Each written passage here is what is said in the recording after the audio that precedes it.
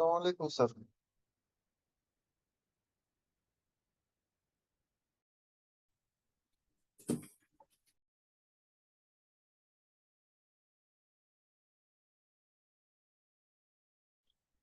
আসসালামু আলাইকুম sir.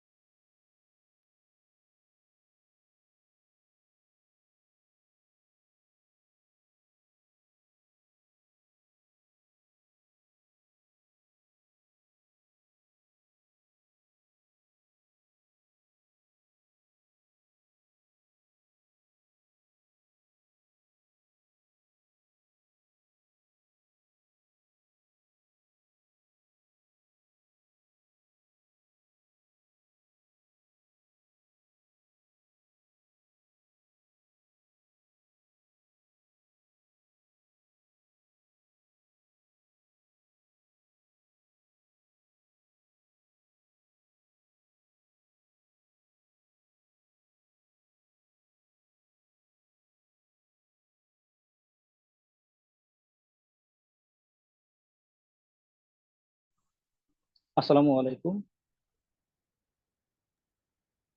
Sir কেমন আছেন? আলহামদুলিল্লাহ ভালো।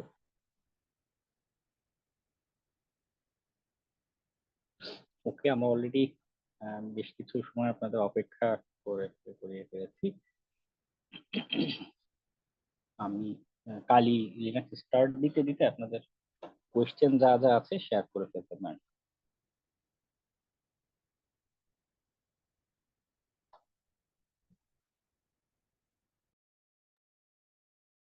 স্যার আমাদের আজকে কোন টপিকে ক্লাস হবে? আজকে ওয়ার্ডপ্রেস নিয়ে আলোচনা করব।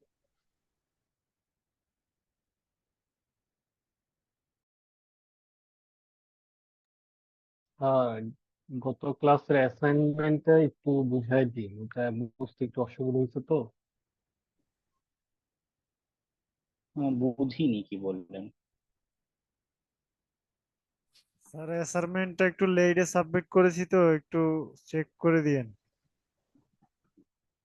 ওকে,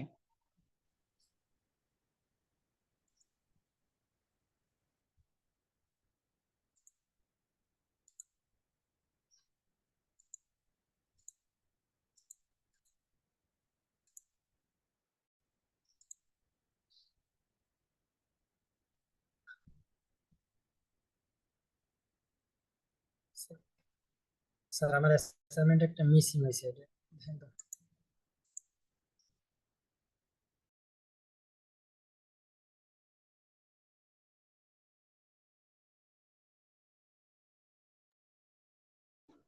গতদিন ক্লাসে নোরের লিমিট নিয়ে আলোচনা করলাম না। তো নো রেট লিমিট মানে হচ্ছে যে আমি একটা টাস্ক মাল্টিপল টাইম বারবার করে যেতে পারি বা করতে ক্যাপাবল।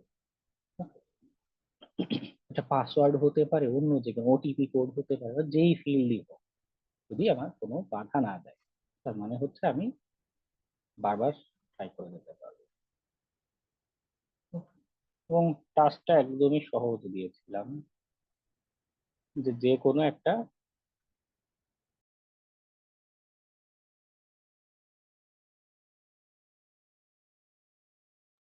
মূলত হচ্ছে বার্ব সুইটটাতে একটু একটা ফোকাস দিয়ে বা প্রিন্ট্রুডার ব্যবহার করে একই সাথে বারবের একটা প্র্যাকটিসও হলো, প্লাস আপনার একটা উইকনেসের ট্রাই করা হলো, নো রেট লিমিট অ্যাটাক, যে কোনো একটা সাইট নেওয়ার জন্য।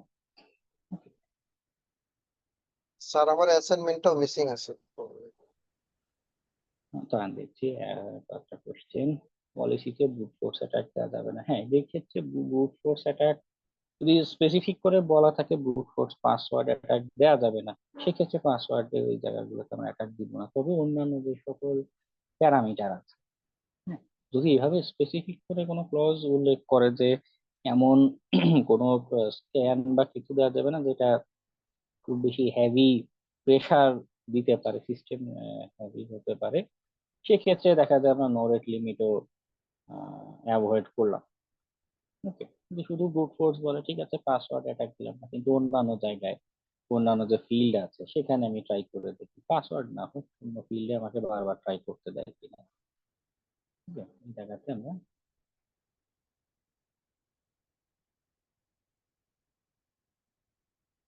হ্যাঁ বার্ব সুইটের এই একটা ইস্যু হয়। আজকেও একজন ক্লায়েন্টের একটা প্রবলেম নিয়ে দেখছিলাম। ওনার হচ্ছে গিয়ে বার্ব সুইটে স্ক্যান রান করেছে বার্ব প্রো এডিশনটা দিয়ে। তো ওই ইভেন্ট লগে দেখলাম যে র্যাম কম হয়ে যাওয়ার কারণে, মানে বাট এমনিতে যখন সেট আপ দিয়েছে র্যাম ট্যাম ঠিক আছে, কিন্তু যখন আপনি একটা টাস্ক করতে দিচ্ছেন তখন অ্যাডিশনাল র্যামের দরকার পড়ে, অ্যাডিশনাল মেমোরির দরকার পড়ে। তো যখনই এই অ্যাডিশনাল মেমোরি নিতে গিয়েছে পাইনি সিস্টেমে, সে স্টার্ট হয়ে বসে আছে, আপনার ক্ষেত্রে ক্র্যাশ করছে।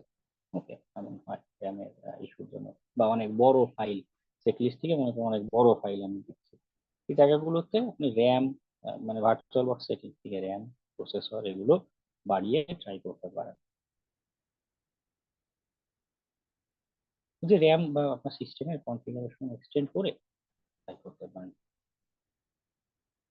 অথবা আরো একটা করতে পারেন, বার্ব সুইটটা আপনার মেইন উইন্ডোজ যেটা আছে মেইন ওখানে সেটা নিতে পারেন।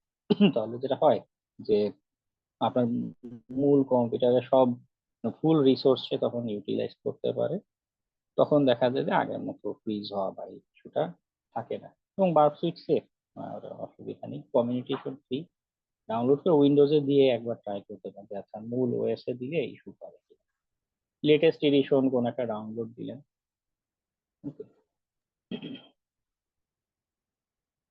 অ্যাডমিন লগইন ইন্টারফেস বের করার চেষ্টা করছি, পারছি না। কিছু ক্ষেত্রে খুব স্ট্রিক্ট আমাদের কি বলে রেস্ট্রিকশন দেওয়া থাকে, অ্যাডমিন লগইন ইন্টারফেস দেখা গেল বলে দিয়েছে নির্দিষ্ট ওই আইপি অ্যাড্রেস ছাড়া অন্য কোনো আইপি থেকে রিকোয়েস্ট দিলে সেটাকে সে কি বলে অ্যাক্সেস করতে দিবে না। আহ, ওরকম যদি হয়, খুব স্ট্রিক্ট যদি করে দেয়, সেক্ষেত্রে আমরা হয়তো বাইরে থেকে খুঁজে পাবো না, বা ফোর্স করে আমি নাম লিখে কোন ডব্লিউপি নাম লিখে আমি ট্রাই করলাম, তাও হয়তো দেখা যাচ্ছে আমাকে শো করবে না। ওকে, তবে যদি 403 বা এরকম দেখাতে থাকে সেক্ষেত্রেও একটা টুলস আছে, এটা ব্যবহার করতে পারেন। সরি, 403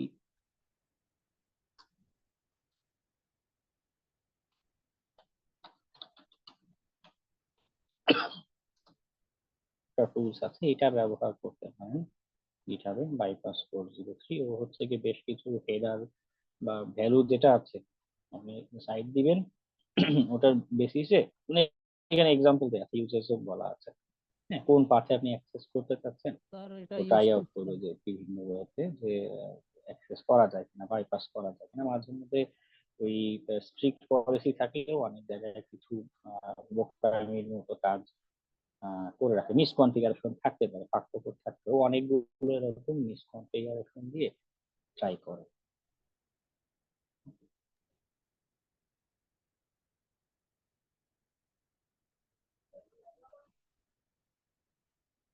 না, যখন স্কোপে নির্দিষ্ট করে বলে দিচ্ছে যে আমার এই ডোমেইনটাই শুধু টার্গেট, এটাকেই আমার কাজ করতে হবে, সেক্ষেত্রে আমরা সাব ডোমেইন বা ওই অংশে যাবো না। বা ক্লায়েন্টও যদি বলে দেয় যে আমার এই কয়টা ডোমেইনই হচ্ছে টার্গেট, সেক্ষেত্রে আমরা তাদের সাব ডোমেইন খুঁজতে যাব না। তবে মার্কেট প্লেস বা অন্য ক্লায়েন্টের ক্ষেত্রে, ফিজিক্যাল ক্লায়েন্ট যেটা আছে তাদের ক্ষেত্রে এভাবে আস্ক করে ক্লিয়ারিফাই করে নিতে পারেন যে আচ্ছা সাইট তো আছে, সাইট বলতে কি পুরোটা কি, হ্যাঁ সে যদি নাও বলে দেয় একবার জিজ্ঞাসা করে ক্লিয়ারিফাই করে নিন। আর বাগ বাউন্টি সাইটে তো প্রশ্ন করার স্কোপ নেই, কারণ তারা দিয়েই রেখেছে আগে থেকেই সবকিছু। তো ওই সিনারিওতে আপনি ওখানে যেটা লেখা, যে ডোমেন গুলো বলা, সেটার উপরে কাজ করতে পারেন। ওকে, নিবাস সাহেব কি আসসালামু আলাইকুম ওয়ালাইকুম আসসালাম। স্যার, প্যারোটে স্ক্রিনশট দেওয়া যায় না? প্যারোটের দরকার কি, আপনি উইন্ডোজ থেকে স্ক্রিনশট নেবেন, ভার্চুয়াল বক্স অন করে উইন্ডোজের স্নিপ নামে যে টুলস আছে ওটা দিয়ে স্ক্রিনশট নেবেন। তাহলে আপনার ওই প্যারোটে যদি প্যারোটের স্ক্রিনশটের টুলস আছে বিল্ট ইন, দেখা গেল অনেকে কি হয় এই জায়গাও কনফিউজ হয়ে যায়, আচ্ছা প্যারোটের স্ক্রিনশট নিয়েছে উইন্ডোজে, এটা আনবো কি করে? এত যন্ত্রণা নেওয়াচ্ছে সহজ সমাধান, উইন্ডোজ দিয়ে স্ক্রিনশট নেন, হয়ে গেল। এত ভাবনা চিন্তা কোনো ব্যাপার নেই। ওকে। ওকে, স্ট্যাটাস কোড বেশ কয়েকটা 200 দেখাচ্ছে তাই না? Length, response received. আচ্ছা, ইন্ট্রোডার নিয়ে তো মেবি ক্লাসে বলেছিলাম যে স্ট্যাটাস কোড, লেন্থ অথবা রেসপন্স রিসিভড লেন্থ, এগুলোতে কোনো চেঞ্জেস আসলে সেটাকে আমরা ট্রাই করে দেবো বা ম্যানুয়ালি চেক করে দেবো যে হতে পারে এই ভ্যালুটা কোনো একটা কাজ করেছে, কোনো একটা অ্যাক্টিভিটি করেছে।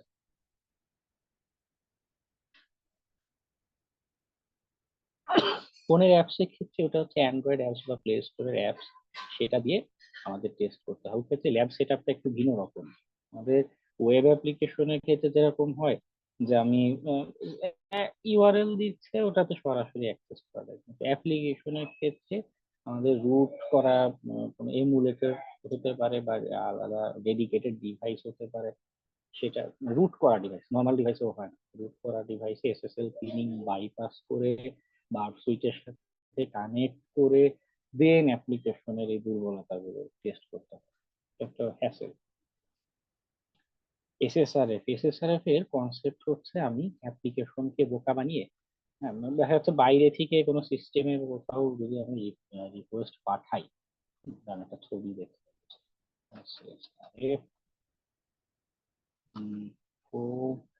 গ্রাফিক্স সংকুল, আমি হয়তো মুখে বলতে গেলে আপনার কল্পনা থেকে বলবো, দেখা যাবে আপনি বুঝে উঠতে পারবেন।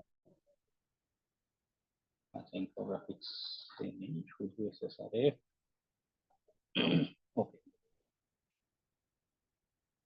এটা কেমন? ওকে, দেখুন এই কনসেপ্টে যেটা করছে,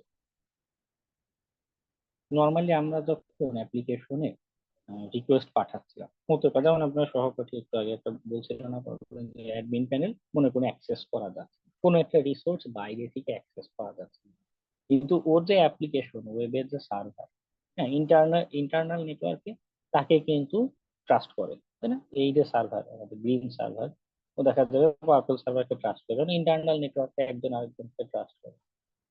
এমন এটাও আসলে ট্রাস্ট করা ঠিক না, এখানেও আসলে আরো কিছু প্রসিডিউর মেনটেন করা যেতে পারে, সেটা ভিন্ন আলাপ। তো যেটা হয় এসএসআরএফ উইকনেসে, আমার এই যে অ্যাপ্লিকেশনের যে সার্ভার আছে বা অ্যাপ্লিকেশনটা যে আছে, তাকে যখন আমি রিকোয়েস্ট পাঠাচ্ছি, এই কন্টেন্টে দেখা যাচ্ছে সার্ভারের কোনো অ্যাড্রেস বা রিসোর্স আমি কল করে দিলাম। আমরা যে বারসুইটে যখন রিকোয়েস্টে ইন্টারসেপ্ট করছি, আমি ইন্টারনাল রিসোর্সকে অ্যাক্সেসের জন্য রিকোয়েস্ট পাঠাচ্ছি, বাইরে থেকে অ্যাক্সেস করা যায় না বা সেই ওয়ে নেই, কিন্তু অ্যাপ্লিকেশনকে সে যেহেতু ট্রাস্ট করে সার্ভার, সে দেখা গেল রিপ্লাই দিয়ে দিল। ওকে, এটা হচ্ছে এসএসআরএফ এর মূল নীতি। এবং এখানেও সার্ভারকে বোকা বানানোর জন্য বিভিন্ন ওয়ে করা যায়, লোকাল হোস্ট, তারপর এখানে আইপি অ্যাড্রেস, ওকে, মাল্টিপল ওয়েতে সার্ভারকে অ্যাপ্লিকেশনকে বোকা বানানো যায়, যাতে করে ওই সার্ভার মনে করে যে না, এটা আমার অ্যাপ্লিকেশনই আমাকে রিকোয়েস্ট পাঠাচ্ছে, বাইরে কেউ রিকোয়েস্ট পাঠায়নি।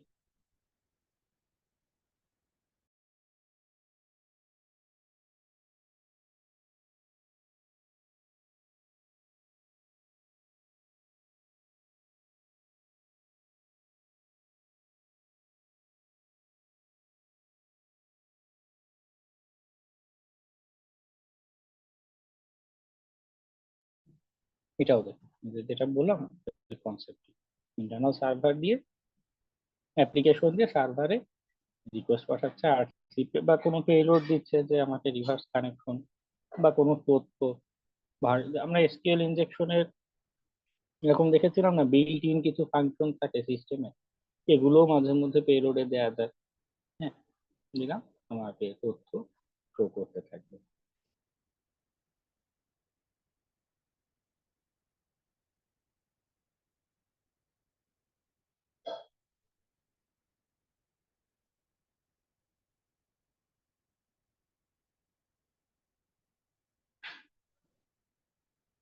ওকে,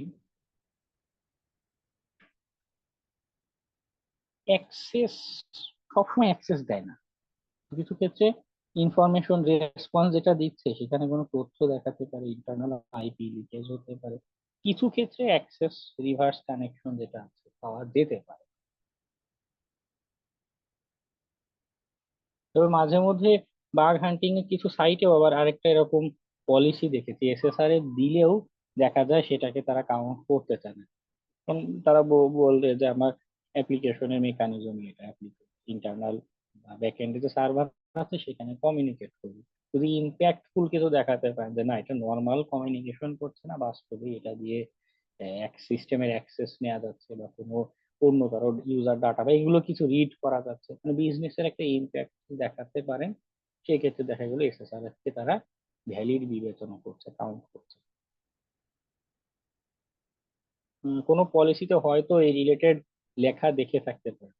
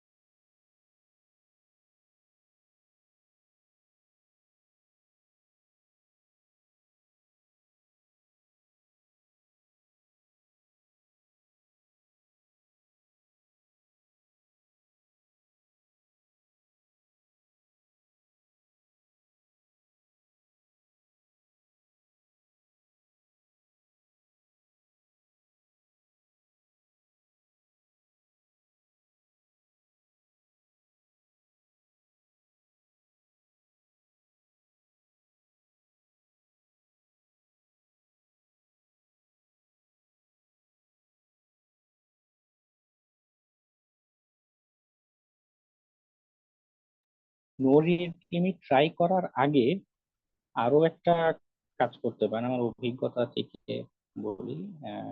কয়েকদিন আগে একটা অ্যাপ্লিকেশন টেস্ট করছিলাম, তখন এটা আবার ফেস করলাম। মাঝে যেমন হয়, আগেও এটা ফেস করেছি। আহ এখানে বার যে রিকোয়েস্ট রেসপন্স পাঠাচ্ছে, হ্যাঁ, চোখে কিন্তু দেখে আসলে সহসা বোঝার উপায় নেই, বা আদৌ সেখানে ব্লক দিচ্ছে কিনা, দেখা গেলো সব স্ট্যাটাস 500 দেখাচ্ছে, বোঝার উপায় নেই কিন্তু যে আসলে ঘটনা কি ঘটছে, ব্লক কি আদৌ দিয়েছে কিনা। মাঝে মধ্যে এমন হতে পারে কিছু অ্যাপ্লিকেশন, বিশেষ করে লগ ইনের ক্ষেত্রে, লগ ইন পেজের ক্ষেত্রে আগে থেকেই তারা এরকম রেস্ট্রিকশন দিয়ে রেখেছে। আমি ট্রাই আউট যখন করছিলাম, আমি প্রথমে বুঝিনি ওই অ্যাপ্লিকেশনটা, ব্যাংকের অ্যাপ্লিকেশন, বেশ কমপ্লেক্স এবং বড়, বিল্ট ইন তাদের কিছু সিকিউরিটি মেকানিজম আছে। তো যখন টেস্ট করছিলাম, আমি কয়েকবার র্যান্ডমলি মানে ভুল পাসওয়ার্ড বা টেস্ট করার কারণে আমাকে এই প্রান্ত ওই প্রান্ত থেকে ব্লক করে দেয়, ইমিডিয়েট ব্লক। কিন্তু এইটা আমি ধরতে পারিনি। আমি ইন্ট্রুডার দিয়ে যখন অ্যাটাক রান করলাম, আমার এখানে সব রেসপন্স কোড দেখাচ্ছে এরকম প্রযুক্তি। তো এই রেসপন্স কোড দেখে বোঝার উপায় ছিল না যে আসলে আমাকে ফায়ারওয়াল ওখানে কেউ ব্লক দিয়ে রেখেছে। ওকে, ট্রাই করার আগে 2-3 বার 5 বার ভুল পাসওয়ার্ড ম্যানুয়ালি এরকম কয়েকবার দিয়ে দেখতে পান যে আচ্ছা আদৌ সে কোনো ব্লক দেয় কিনা, ব্লক দেওয়ার কোনো ইস্যু আছে কিনা। যদি ব্লক টক না দেয়, সেই ক্ষেত্রে আমরা ইন্ট্রুডারকে রান করে দিলাম যে না, ওকে আছে, ইস্যু হচ্ছে না, তাহলে আমরা রান করতে পারি।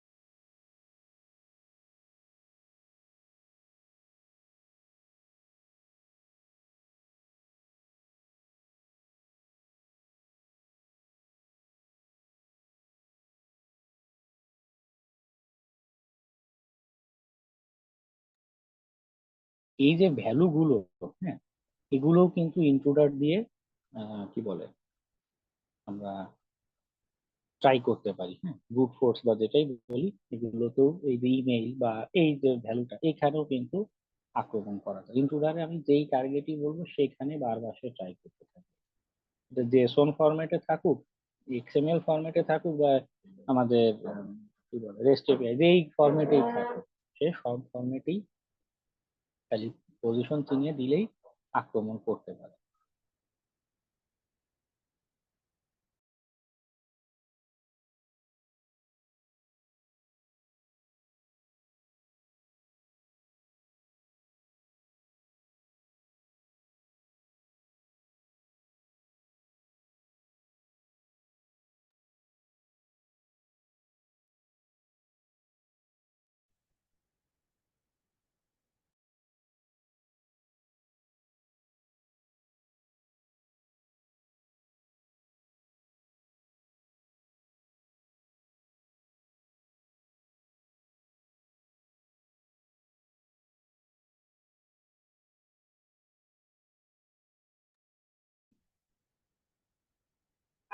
আপনি ফারদিন সাহেব ট্রাই করেছিলেন এটা? মানে স্ক্রিনশটে শুধু এই পেজটা দেখাচ্ছে, রেসপন্স এখন কিছু শো করছে না। জি স্যার যাই হোক, করছিলাম, কিন্তু এটা আমি স্ক্রিনশট নিতে পারি নাই, আমি ভুল স্ক্রিনশট দিছি। আচ্ছা নো প্রবলেম। যেটা বলতে নিচ্ছিলাম, বার সুইটে তো আমরা কমিউনিটি এডিশন ব্যবহার করছি, ফ্রি হ্যাঁ, এডিশন। আপনাদের একটা পপ আপ দিয়েছে তাই না? স্টার্ট অ্যাটাক দিলে একটা পপ আপ দেয় না যে জি জি জি দিছিল। কমিউনিকেশন স্লো করে, আর পেইড এডিশনটা খুব ফাস্ট করে। যাই হোক, পেইড এডিশনের দাম অনেক, $499 মেবি এখন দাম, বা এটা $460 মতো স্যার সিঙ্গেল। কয়েকবার করার পরে হয়েছে, বারবার খালি বন্ধ হয়ে যাচ্ছিল। হ্যাঁ, এখানে আরেকটা সিএলআই টুলস আছে, মেবি ক্লাসে একবার দেখিয়েছিলাম বা দেখাতে পারি, তারপর আরেকবার আমি বলে দিই। এফআ, এটা সিএলআই টুলস, এটা গ্রাফিক্যাল বার সুইটে যেরকম আমি একটা জায়গায় দেখে আমি আহ, আক্রমণ করতে পারছি, এফআফ এ কিন্তু সেটা করা পসিবল হয় না। তবে বার সুইট থেকে একটা আইডিয়া পেয়েছেন না, যে অমুক প্যারামিটারে আক্রমণ করতে হবে, এবং আক্রমণ করতে গেলে মাঝে মধ্যে কিছু ভ্যালু আমাদের পাস করতে হয়, কুকি ভ্যালু, বা এই যে হেডার গুলো আছে না, এই যে হেডার ইউজারের, এগুলো কিন্তু সব হেডার তাই না? এই হেডারের ভ্যালু পাস করতে হয়। এটা তো বার সুইট ব্যবহার করে আমরা বুঝেছি। এফআফ দিয়ে সিএলআই দিয়ে আমরা এই কাজটা করতে পারি। যে আমি কোথায় কোন যেইখানে ফার্স্ট শব্দ উল্লেখ থাকবে ও সেইখানে ইনক্লুডার, যেরকম যেখানে টার্গেট দিয়েছি ওইখানেই সে পেলোড দিকে থাকবে। এই যে ওয়ার্ড লিস্ট, এই যেখানে ফার্স্ট শব্দ উল্লেখ থাকবে সেইখানে এফআপ tools multiple time try out করতে থাকবে। জি স্যার সিএলআই ক্লাসে তো ফার্স্ট দেখাইছিলাম। হয়। হ্যাঁ, ক্লাসে দেখেছিলাম এটা। স্যার ফাজ নিয়ে দেখাইছিলেন এইভাবে অ্যাড করে পেলোড রান করা সিএলআই টুলস। হ্যাঁ হ্যাঁ হ্যাঁ, ওকে। তো যদি কখনো ফার্স্ট টাস্কের দরকার পড়ে এটা করতে পারেন।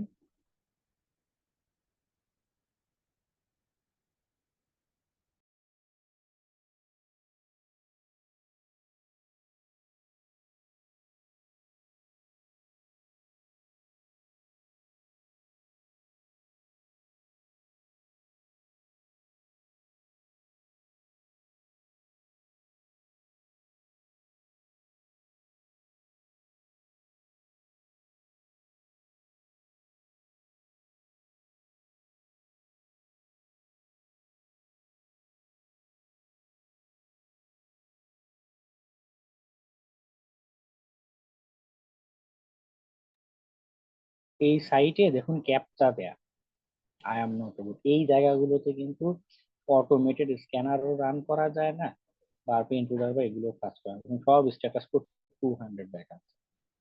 ক্যাপচা বারবার এই জায়গাগুলোতে আমাদের ব্লক করে দেয়। এই সিনারিওতে অটোমেটেড রুলস কাজ করবে না। হ্যাঁ ঠিক আছে স্যার।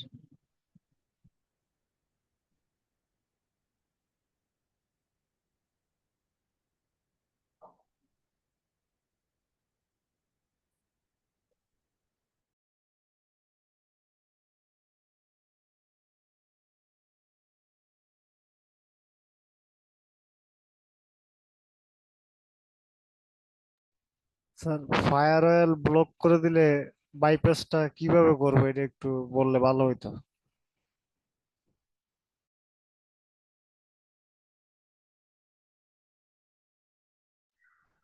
তো একটু আগে যে 403 বাইপাসার টুলসটা দেখালেন না, অনেক সময় হয় কি, ফায়ারওয়াল যখন ব্লক দিচ্ছে, হ্যাঁ, আর কোনো একটা নির্দিষ্ট রুল সেটের উপরে ব্লক দিয়ে থাকে। 403 বাইপাসার টুলসটা যদিও ডেডিকেটেডলি ফায়ারওয়াল বাইপাসের জন্য না, কিন্তু ওকে যদি রান করি, ও কি করতে পারে, ফায়ারওয়াল যে রুলস এর ভিত্তিতে আমাদের ব্লক দেয়, অনেকগুলো সে ডিটেক্ট করে দেখা যায় আমাকে যেই রিসোর্সটা আমি অ্যাক্সেস করতে চাচ্ছি, যেই পেজটা আমি ভিজিট করতে চাচ্ছি ফায়ারওয়াল ব্লক দিচ্ছে, হ্যাঁ, সেখানে আমাকে পৌঁছে দিতে পারে।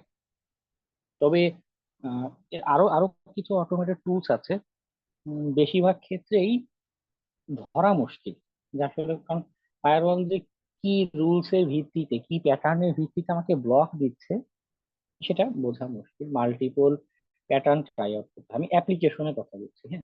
নেটওয়ার্ক লেভেলে একরকম, অ্যাপ্লিকেশন লেয়ারে কিন্তু এটা আরেকভাবে কাজ করে। আমি যে এই যে রিকোয়েস্ট গুলো পাঠাচ্ছি, এইচটিটিপি রিকোয়েস্ট, হ্যাঁ, এর গঠনের উপর বেস করে দেখা যায় আমাকে ব্লক দিচ্ছে। যে এখানে হেডারের যে ভ্যালু গুলো আছে, বডিতে বা প্যারামিটারে যে ভ্যালু পাস হচ্ছে, এর উপর বেস করে কিন্তু আমাদের অ্যাপ্লিকেশন লেয়ারের যে ফায়ারওয়াল আছে সে অ্যানালাইসিস করে, হ্যাঁ। তো কোন প্যাটার্নে দেখা গেল এক্সএসএস এর যে পেলোড গুলো আছে না, খেয়াল আছে না যে অ্যাঙ্গেল ব্র্যাকেট দিতাম, হ্যাঁ, গতদিন এর একটা অ্যাপ্লিকেশন টেস্ট করতে গিয়ে এরকম আমি নিজেও ব্লকের শিকার হয়েছি। তো আমি জানতাম না কিন্তু যে এখানে আদৌ ফায়ারওয়াল আছে, হ্যাঁ। তখন এই অ্যাঙ্গেল ব্র্যাকেট গুলো, এইচটিএমএল অ্যাঙ্গেল ব্র্যাকেট যখন দিচ্ছি তখন আমাকে ব্লক করে দিচ্ছে। তো আমি এখান থেকে একটা প্যাটার্ন ধরতে পারলাম যে সে অ্যাঙ্গেল ব্র্যাকেট দিলে আমাকে ব্লক করে দেয়। ওই জায়গাগুলোতে আমরা অ্যাঙ্গেল ব্র্যাকেট ছাড়া এক্সএসএস ছাড়া কি পেলোড হয়, চিট দেখিয়েছিলাম না আপনাদের ক্লাসে। চিটে কি হয়, বা খুঁজলেও আপনিও পাবেন অনলাইনে অনেক চিট অ্যাভেলেবল আছে। আপনি নির্দিষ্ট একটা আক্রমণ করতে যাচ্ছেন, ফায়ারওয়াল ব্লক দিচ্ছে, আপনি ওই জায়গায় ফায়ারওয়াল ইভেশনের বা চিট দেখে অন্যান্য ধরনের দেখা যাচ্ছে অ্যাঙ্গেল ব্র্যাকেট ব্লক করছে, আমি অ্যাঙ্গেল ব্র্যাকেট দিব না। আমাদের স্ক্রিপ্ট ট্যাগ ব্লক করে দিচ্ছে, আমি ইমেজ ট্যাগ দিয়ে ট্রাই করলাম, হ্যাঁ, ইমেজ ট্যাগ ব্লক করে দিচ্ছে বা এটা দিলে ফায়ারওয়াল ব্লক করছে, আমি অন্য অন্য ট্যাগ দিয়ে ট্রাই করি। কিভাবে মাল্টিপল, হ্যাঁ, এনকোড করে দিতে পারি। আবার শুধু এনকোড না, ডাবল এনকোডও করা যায়, এনকোড করে ওরা আবার এনকোড করে দিলাম। ওকে, মাল্টিপল এরকম প্যাটার্ন ট্রাই আউট করতে থাকতে হয়। কারণ যেহেতু বাগ হান্টিং এর ক্ষেত্রে বা এই ব্ল্যাক বক্স টেস্টিং পার্সপেক্টিভ চিন্তা করেন, আপনি একদম বাইরে থেকে আক্রমণ করছে, আমার ওখানে কোনো অ্যাক্সেস নেই বা কিছু নেই, তখন আমার কাছে তখন জানারও কোনো উপায় নেই। আমার ক্লায়েন্ট যদি আমাকে না বলে, আমি কিভাবে জানবো যে ওখানে ফায়ারওয়াল আছে কিনা বা সে কিসের বেসিসে ব্লক করে। আর যদি এমন হয় যে ক্লায়েন্টের সাথে সরাসরি কথা বলা যাচ্ছে, এরকম ইস্যু হচ্ছে, এবং আপনি টেস্ট করতে গেলে বিশেষ করে ভিএপিটির কাজ যদি হয়, vulnerability analysis and penetration testing, তো ওই জায়গায় আপনাকে অটোমেটেড স্ক্যানার কিন্তু রান করতে হবে। কারণ ম্যানুয়ালি করে আসলে কোলানো যায় না। আপনার টাইম দিবে 3 দিন, টাকা দিবে $200, হ্যাঁ, দিয়ে এবার বলছে যে কাজ করে দাও। তো ওই জায়গায় আপনি ম্যানুয়ালি করে কিন্তু ওর সাথে পারবেন না, তাই না? অটোমেটেড স্ক্যানার দরকার পড়বে। তো ওই জায়গায় যদি ফায়ারওয়াল ব্লক দেয় বা এই করে, তখন দেখা যাচ্ছে অটোমেটেড স্ক্যানার কিন্তু রান করা সম্ভব না। ওই ক্ষেত্রে ক্লায়েন্ট কিভাবে কনভিন্স করতে পারবেন যে দেখো তোমার যে টাইম বা এরকম বাজেট, এই জায়গাটাতে তুমি আমাকে ফায়ারওয়াল থেকে এক্সক্লুড করে দাও, এটা বেটার অ্যাপ্রোচ হয়। এক্সক্লুড করে দাও, আমি তোমার অ্যাপ্লিকেশনটা টেস্ট করি। যদি ক্লায়েন্ট ছ্যাচরা টাইপের হয় বা নন টেকি হয়, সে হয়তো এই জায়গাতে মুলামুলি করতে পারে। তখন একটা রিয়েল সিনারিও ভাবে বোঝাতে পারে, বাস্তবেই এরকম হয়। হ্যাকাররা যে আক্রমণ করে, সব সময় কি আমাদের মতো এরকম ম্যানুয়ালি টেস্ট করে আক্রমণ করে? ওরা করে না কিন্তু। জিরো ডে এক্সপ্লয়েট নিয়ে বলেছিলাম না, হ্যাঁ, ক্লাসে অ্যানিমাস সাহেব? স্যার বলছিলেন, জিরো ডে পরে আপনি এক্সপ্লয়েট বলছিলেন। কি জিনিস আমাদের একটু বলুন, মনে করিয়ে দেন সবাইকে। জি ভাই, শুনতে পাইনি, আরেকবার একটু বললে ভালো জিরো হতো। ডে এক্সপ্লয়েট কি জিনিস সবাইকে একবার মনে করিয়ে দেন। বুঝতে পারলাম না, মানে সাউন্ডে একটু সমস্যা হচ্ছে তো। জিরো ডে এক্সপ্লয়েট কাকে বলে?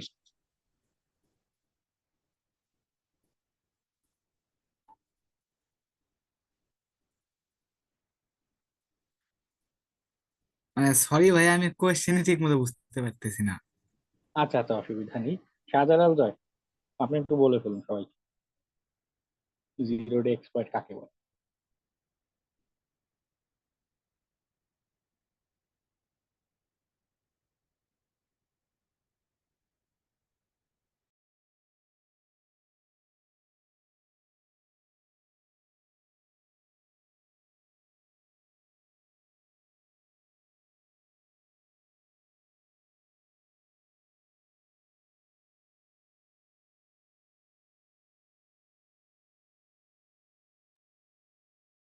মাত্র অল্প কয়েকদিন আগে সিস্টেম হ্যাকিং এর আলোচনা শেষ করলাম, এখন যদি ভুলে যান। জিরো ডে এক্সপ্লয়েট,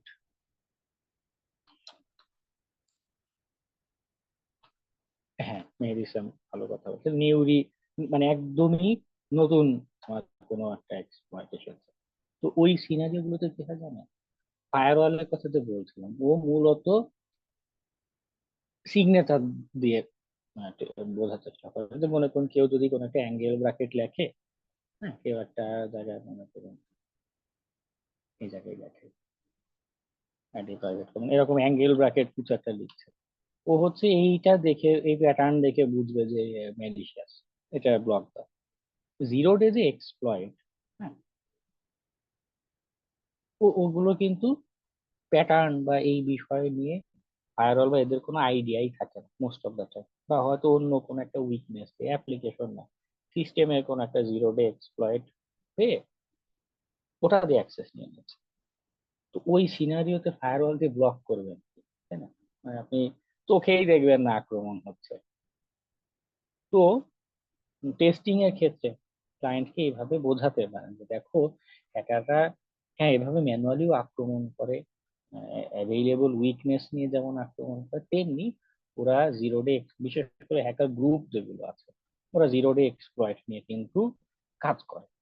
তোমাকে হ্যাক করার সময় যে ম্যানুয়ালি হ্যাক করবে তার কিন্তু কোনো গ্যারান্টি আমি দিতে পারিনি, আমি ওই হ্যাকার গ্রুপের কেউ না। তোমাকে হ্যাক করার সময় যদি জিরো ডে এক্সপ্লয়েট ব্যবহার করে, তুমি দুনিয়ার সবচেয়ে ভালো ফায়ারওয়াল দিয়ে রাখো, তাতেও কিছু যায় আসে না, কিন্তু সিস্টেমের অ্যাক্সেস নিয়ে নিবে। তুমি এইটা টেস্ট করো যে ও যদি সিস্টেমের এই পর্যন্ত চলে আসে তখন সে আর কি কি ক্ষতি করতে পারে। আমি তোমাকে সেটা টেস্ট করে দিচ্ছি, তুমি ফায়ারওয়াল থেকে এক্সক্লুড করো, ফায়ারওয়াল থাকা না থাকা জিরো ডে এক্সপ্লয়েটের কাছে কোনো ব্যাপার না। এরপরে আর কি কি দুর্বলতা আছে ফায়ারওয়াল লেয়ারের পরে এসে, কি কি দুর্বলতা আছে, কি কি হ্যাকার অ্যাক্সেস করতে পারে, সেইটা তুমি চেক করো, বা সেইটা আমি তোমাকে টেস্ট করে দেখাই। ওকে, মাল্টিপল ওয়েতে এক এক ক্লায়েন্ট এক এক রকম, সবাই যে খুব ভালো এমন না। আমি হয়তো সবটা বলি না, হয়তো কি বলে কিছু অংশ বলছি, কিন্তু রিয়েল লাইফে যখন মানুষ হ্যান্ডেল করতে যাবেন দেখবেন বিচিত্র রকম মানুষ। হ্যাঁ, $50 দিয়েও তাদের আত্মতুষ্টি আসছে না, আবার কেউ কেউ আছে খুব ভালো, যে অল্প কিছু কাজ দিয়ে আপনাকে যথেষ্ট পেমেন্টও করছে বা সম্মানও দিচ্ছে, সাপোর্টও করছে। ওকে, তো সবাইকে তো আর এক সূত্র দিয়ে কনভিন্স করা যায় না বা একভাবে বোঝানো যায় না, এটা আপনার উপরে ডিপেন্ড করে আপনি তাকে কিভাবে ঘটনাটা বোঝাবেন। ওকে, যদি সে এক্সক্লুড করতে চায় করলো ফায়ারওয়াল থেকে, আর যদি না করে সেক্ষেত্রে আমরা অ্যাপ্লিকেশন লেয়ারে বিভিন্ন অন্যান্য প্যাটার্ন দিয়ে ট্রাই করতে পারি। কিছু অটোমেটিক টুলস আছে 403 যেরকম বললাম, এটা দিয়ে ট্রাই করতে পারি যদি একটা বাইপাস করা যায় কিনা। ওকে, একটা নাপা ট্যাবলেট আমি কিন্তু ধরিয়ে দেইনি, নাপা ট্যাবলেট সাথে আরো কয়েকটা ওষুধ বলে দিলাম। বোঝা গিয়েছে না এখনো কনফিউশন আছে বিডিআর সাহেব?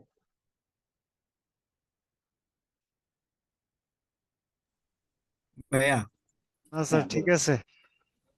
বলতেছে আপনার ওই যে এক্সএসএস, তারপর এসকিউএল ইনজেকশন, এগুলা তো স্ক্রিপ্ট ওইভাবে মনে রাখা লাগবে না, মানে বেসিক কিছু স্ক্রিপ্ট মনে রাখলেই তো চলবে, আর বাদ বাকি তো ওই চিট শিট গুলো সংগ্রহ করে রাখলেই হবে। স্ক্রিপ্ট বলতে কোনটা বোঝাচ্ছেন? এক্সএসএস, এই যে আপনার ইনজেকশনের কথা বলতেছি, যে ওইটার ক্ষেত্রে যে স্ক্রিপ্ট আপনার ওই যে Java script, HTML script run করা লাগে, ওইগুলোর কথা বলতেছি। হ্যাঁ, ওগুলো মনে রাখার কিছু নেই। ওই আবার চিট শিট দেখে যখন ট্রাই করতে থাকবেন, প্র্যাকটিস করতে করতে এক সময় দেখবেন যে খালি একটু বুঝে রান করবেন। হ্যাঁ, যেটা রান করছেন একটু বুঝে রান করবেন, তাহলে কি হবে, একটা সময় পরে গিয়ে বা কিছুদিন প্র্যাকটিসের পর নিজেই দেখবেন নতুন করে একটা পেলোড আপনি নিজেই চিন্তা করতে পারছেন। আচ্ছা, ইমেজ ট্যাগ দিলে এরকম হয়, ইমেজ ট্যাগ না দিয়ে আমি কিভাবে লিখতে পারি। ওকে, এমনি মনে রাখার কোনো দরকার নেই, চিট শিটের সাহায্য নিতে পারেন সবসময়। ঠিক আছে, খালি চিঠিটা কি কাজ করছে যতটা সম্ভব বুঝে অ্যাপ্লাই করলে কি হয়, যদি আপনার এটা আটকেও দেয়, এটা যদি ব্লক করেও দেয়, আপনি নিজের মতো একটা বানিয়ে নিতে পারবেন চিঠিটার আদলে। আর অনেকগুলো আপনার স্ক্রিপ্টে দেখলাম যে ওই যে আপনার অ্যাঙ্গেল ব্র্যাকেট এগুলা মানে ইজি বিজি করে দেওয়া, এগুলা কি আপনার ওই যে ওয়েবসাইটকে বোকা বানানোর জন্য? মানে ওইটা হ্যাঁ দেখে হ্যাঁ মনে হচ্ছে না যে ওইটাই মনে করেন স্ক্রিপ্ট এমনি? হ্যাঁ হ্যাঁ, ওই বোকা বানানোর জন্য। কারণ ওই অ্যাঙ্গেল ব্র্যাকেট দেখলে বা ওই নাম দেখলেই, বা অনেকে আছে অ্যালার্ট এক্সেসেস বা অ্যালার্ট ফাংশন দেখলেই দেখা যাচ্ছে কাজ করছে না বা ব্লক দিয়ে দিচ্ছে। অ্যালার্ট শব্দটাকে দেখা গেলে ইউনিকোডে পাল্টে দিয়েছে। ইউনিকোড পাল্টালে ব্রাউজার বা অ্যাপ্লিকেশন যে আছে সে হয়তো বুঝতে পারছে না, কিন্তু আমাদের যে কম্পাইলার আছে, হ্যাঁ, প্রোগ্রাম যে সার্ভারে রান হচ্ছে, সে ঠিকই বুঝে দেখা যাচ্ছে এক্সিকিউট করে যাচ্ছে। এরকম হয় এই চিট শিট গুলো বা পেলোডের লিস্ট গুলো, সেট লিস্ট এরকম বিভিন্ন পেলোডের লিস্ট আছে, তো সেগুলো দেখতে পারেন। হ্যাঁ, সবই তো বুঝতে পারবেন তা না, কিন্তু আইডিয়া হবে যে কি হচ্ছে, কিভাবে আক্রমণ গুলো করে। ওকে, হ্যাকার ওয়ানের রিপোর্ট গুলো করবেন। যদিও বলি অনেকে এটা আসলে খেয়াল করে না বা এটা ট্রাই করে না। রিপোর্ট গুলোতেও কি হয়, মাঝে মধ্যে এই যে বাইপাসের টেকনিক গুলো অনেকে ওই হ্যাকার বাগ হান্টিং রিপোর্টে উল্লেখ করে যে এইটা আমি এইভাবে বাইপাস করেছিলাম, এইটাকে এইভাবে বোকা বানিয়েছি। ঠিক আছে, বিজয় সাহেব ইন্ট্রুডার কোথায়? আর ইন্ট্রোডার আছে আমার কাছে, আমি ইন্ট্রোডারটা ওই একটাই স্ক্রিনশট দিতে পারছি, আর একটা দিতে পারি না স্ক্রিনশট। ওকে, ঠিক এখানে আছে। একটা আমি But জি, আপনি একটাই দিয়েছেন, কিন্তু আমার যে ফাংশন ওইখানে ব্যতিক্রম দিয়ে। আমি ওই ওই পুরোটা রান করছি আপনার বার্বস্যুট প্রো যেটা আছে, ওইটার ভিতরে স্পাইডার পাওয়া যায় তো। তো পুরোনো আমাদের ওয়াশ জ্যাব যে আছে, ওয়াশ জ্যাব যে দেখিয়েছি, ওরও কিন্তু স্পাইডার আছে, ক্রলার আছে। জি জি ওকে, আপনার এটা এই ট্রোজানের ঝুঁকি নিয়ে বারপের pro edition, crack edition run করাচ্ছে, যাতেই আমরা ফ্রিতে এই সার্ভিসটা পাচ্ছি। এইগুলো যে অ্যাক্টিভেটর থাকে, মূল বার্ব সুইট অ্যাপ্লিকেশনে কোনো ট্রোজান বা কিছু থাকে না। যে অ্যাক্টিভেটর যে ফাংশন আপনি রান করেছেন না প্রোগ্রাম, ওর ভিতরে অনেক সময় ব্যাকডোর ম্যালিশিয়াস স্ক্রিপ্ট এগুলো লুকানো থাকে। আপনি অ্যাক্টিভেট করছেন, বার্ব সুইট অ্যাক্টিভেট হচ্ছে, ঠিক আছে, লাইসেন্স অ্যাক্টিভেট হচ্ছে, পাশাপাশি ওদিকে হ্যাকারের কাছে ব্যাকডোরও চলে যেতে পারে। তো দরকার কি আমার এই প্যারা যন্ত্রণা নেওয়ার? মানে টাকা দিয়েই যদি খাবো, তো ভালো রেস্টুরেন্টে খাবো, একটা কথা আছে না, যে আমার রিসোর্স যদি ব্যবহার করবো, তাহলে তো ঝুঁকি নেওয়ার দরকার কি? আমি ফ্রিতে তো আরো ভালো জিনিস পাচ্ছি। স্যার, এই ব্যাকডোরটা থাকলে কিভাবে বুঝবো যে ব্যাকডোরটা আসলে এই বোঝা যায় না, অ্যাপ্লিকেশনে আছে? এটা বোঝা যায় না, এগুলো খুব ডিফিকাল্ট বোঝা। ম্যানুয়ালি ম্যালওয়্যার অ্যানালাইসিস করলে অনেক সময় হয় যে পুরো আইসোলেটেড সিস্টেম বানিয়ে ডিএনএস সার্ভার কনফিগার করে ওকে রান করে দিলাম, ওর যদি কোনো নেটওয়ার্ক অ্যাড্রেসে হিট করে, সেটা দিয়ে দেখা যেতে পারে। বা যে সকল এন্টি ম্যালওয়্যার সলিউশন আছে, এগুলো লিনাক্সের ক্ষেত্রে কম। হ্যাঁ, দেখা গেল রুটকিট হান্টার এরকম টুলস আছে, এগুলো দিয়ে ট্রাই করা যেতে পারে। কিন্তু বেশিরভাগ ক্ষেত্রেই ওরা খুব অবফুস্কেটেড করে তৈরি করে, সচরাচর বোঝা মুশকিল। বা যারা অ্যাকচুয়ালি ম্যালওয়্যার অ্যানালাইসিস করে ডেডিকেটেডলি, ওরা সহজে খুঁজে বের করতে পারবে। বিভিন্ন অনেক টেকনিক আছে সিস্টেমের হ্যাকিং এর, যেরকম অনেক টেকনিক আছে না, আমরা এত টুলস টেকনিক দেখলাম, ম্যালওয়্যার অ্যানালাইসিস এরকম টুলস টেকনিক হয়, ওটার থ্রুতে খুঁজে পাওয়া যেতে পারে। কিন্তু নর্মালি চোখে দেখে বা একটা দুইটা সিমটম দেখে আসলে বোঝার উপায় নেই। তৈরি করা এমন ভাবে যেন আপনি বুঝতে না পারেন, বুঝেই যদি ফেললেন তাহলে তো খেলা শেষ, তাই না? স্যার, আমি উইন্ডোজে ইনস্টল দিছি আপনার অরিজিনাল যেটা, আর এই পুরোটা ইনস্টল দিছি লিনাক্সে আর কি। তাও আবার ইএক্সি ফাইল, জাভা। তাই না? হ্যাঁ, তাও আবার আপনাকে জাভা। অনেক অনেক অভিনন্দন। আমরা আমাদের সাথে হয়তো কোনো হ্যাকার বা কোনো গোয়েন্দা সংস্থার এজেন্ট সেও ক্লাস করছে, তাকেও স্বাগত আমাদের ক্লাসে। আমার একটু হ্যাকই বেশি, আমি এই জন্যই আমি বাইরের অনেক সফটওয়্যার ইউজ করি। ওকে, হ্যাঁ, জিরো ডে এক্সপ্লয়েট বা এই টাইপের থাকে, এমন ভাবে বানানো একদম নিউলি এক্সপ্লয়েট সেই জিনিস অ্যান্টিভাইরাস সলিউশনও খুঁজে বের করতে পারে না আপনার সঙ্গে। এবং এমনও আছে, আমি কিছুদিন আগে এই কনসেপ্টটার সাথে পরিচিত হলাম। আগে আমি এত ডিটেলসে কখনো ভাবিনি বা চিন্তা করিনি। আমার এক কলিগ শেয়ার করছিল যে এখনকার আগে থেকে এরকম কিছু ম্যালওয়্যার আছে, ও আপনার অপারেটিং সিস্টেম টাচও করবে না, ও আস্তে করে গিয়ে ফার্মওয়্যারে কানেক্ট হয়ে যাবে, একদম আমাদের হার্ডওয়্যার যে কন্ট্রোল করছে ওইখানে গিয়ে ইনফেক্ট করে। তো আমাদের এন্টিভাইরাস যে সলিউশন আছে, এন্টি ম্যালওয়্যার যে সলিউশন গুলো আছে, ওগুলো কিন্তু অপারেটিং সিস্টেমের উপরে রান করে। বিষয়টা অনেকটা এরকম যে পুকুরের আহ, পানি অনেক থাকে না, পুকুরের তলদেশে যেটা, পুকুরের নিচে যে মাটি, সেইখানে একটা লেয়ার, আর পানির উপরে আরেকটা লেয়ার। আমাদের অ্যান্টিভাইরাস গুলো পানির উপর দিয়ে কাজ করে, আর ম্যালওয়্যার গিয়ে ওই মাটির সাথে যুক্ত হয়ে যাচ্ছে। উদাহরণটা এভাবে বোঝাই আর কি, বোঝানোর সুবিধার্থে। তো এমন যদি হয় তখন তো কোনো সলিউশন খুঁজেই পাবে না। স্যার আপনি কি বায়োস কি পর্যন্ত কি অ্যাটাক করতে পারে? মানে আমি তো একদম বায়োস বায়োস, একদম বায়োস লেভেলে গিয়ে আক্রমণ করে, এবং আমি ওই বায়োস ধরনের রিমুভও করা যায় না সহজে। আচ্ছা, আমি ওই শুধু কালি লিনাক্স যদি বায়োসে ইনস্টল করতে যাই, তখন আমার কালি লিনাক্স এর ভিতরে লাগে যেন ভিতরে আরেকটা ওই হোল হয়ে গেছে, হোল হয়ে এরকম টান দেয়। আমি এই জন্য লিনাক্স ডাইরেক্ট কালি লিনাক্স ইনস্টল করতে পারি না, মানে কইরা চালাইতেই পারি না। না, এগুলো দেওয়া ঠিক না ডাইরেক্ট। যে কয়দিন আগেই তো কার্লি লিনাক্সেরই প্রথম দেখলাম এক্স জেড ব্যাকডোর নামে একটা ব্যাকডোর রয়েছে, এরকম আরো অনেক থাকতে পারে। কিন্তু ভার্চুয়াল বক্সে অনেক সেফ। তাও বলা যায় না, কিছু ম্যালওয়্যার আছে এই এনভায়রনমেন্টে এসকেপ করে বের হয়ে আসতে পারে। আপনি স্যার, যাবেন কোথায়, ক্ষমা নেই। স্যার এত ভয় লাগাইলে হ্যাকিং করবো কেমনে স্যার? এই যে চেষ্টা মানে যতটা সম্ভব সেফ এনভায়রনমেন্ট করে করে, বা আমিও যেটাও করি সেটা হচ্ছে যে এই যেই ডিভাইস দিয়ে এই কাজ করি সিকিউরিটি টেস্টিং এ, হ্যাঁ, ওখানে যতটা সম্ভব পার্সোনাল কোনো জিনিসপত্র লগ ইনই দেই না, হ্যাঁ, বা কোনো ডাটাই রাখি না। ও ডেডিকেটেডলি টেস্টিং এর কাজ, কারণ ও যদি ইনফেক্ট হয়েও যায়, যদি কিছু হয় ওর উপর দিয়ে যাবে, আমার কোনো ডাটা যেন লস না হয়। এরকম করতে পারলে আরো বেটার। তাহলে কিন্তু আসলে ডিভাইস আরেকটা নেওয়া লাগবে। 100% আসলে সম্ভব না, কারণ আহ, কে যে কোথায় কি স্টাইলে, বিশেষ করে গোয়েন্দা সংস্থা যেগুলো আছে ওরাও বিভিন্ন রিজনে এইগুলো এমন ভাবে স্প্রেড করে দেয়। হ্যাঁ, এই যে আহ, কালি লিনাক্স বলি, প্যারোট বলি, এদের সাথেও কেউ কেউ ক্লেম করে যে এদের সাথেও হয়তো আহ, কোনো কানেকশন আছে। হ্যাঁ, না হলে এত সাপোর্ট পায় কোথায়, এরা আবার করতে পারে কি করে? মানুষের উপর নজরদারি চালানো বিভিন্ন কাজ হতেই পারে।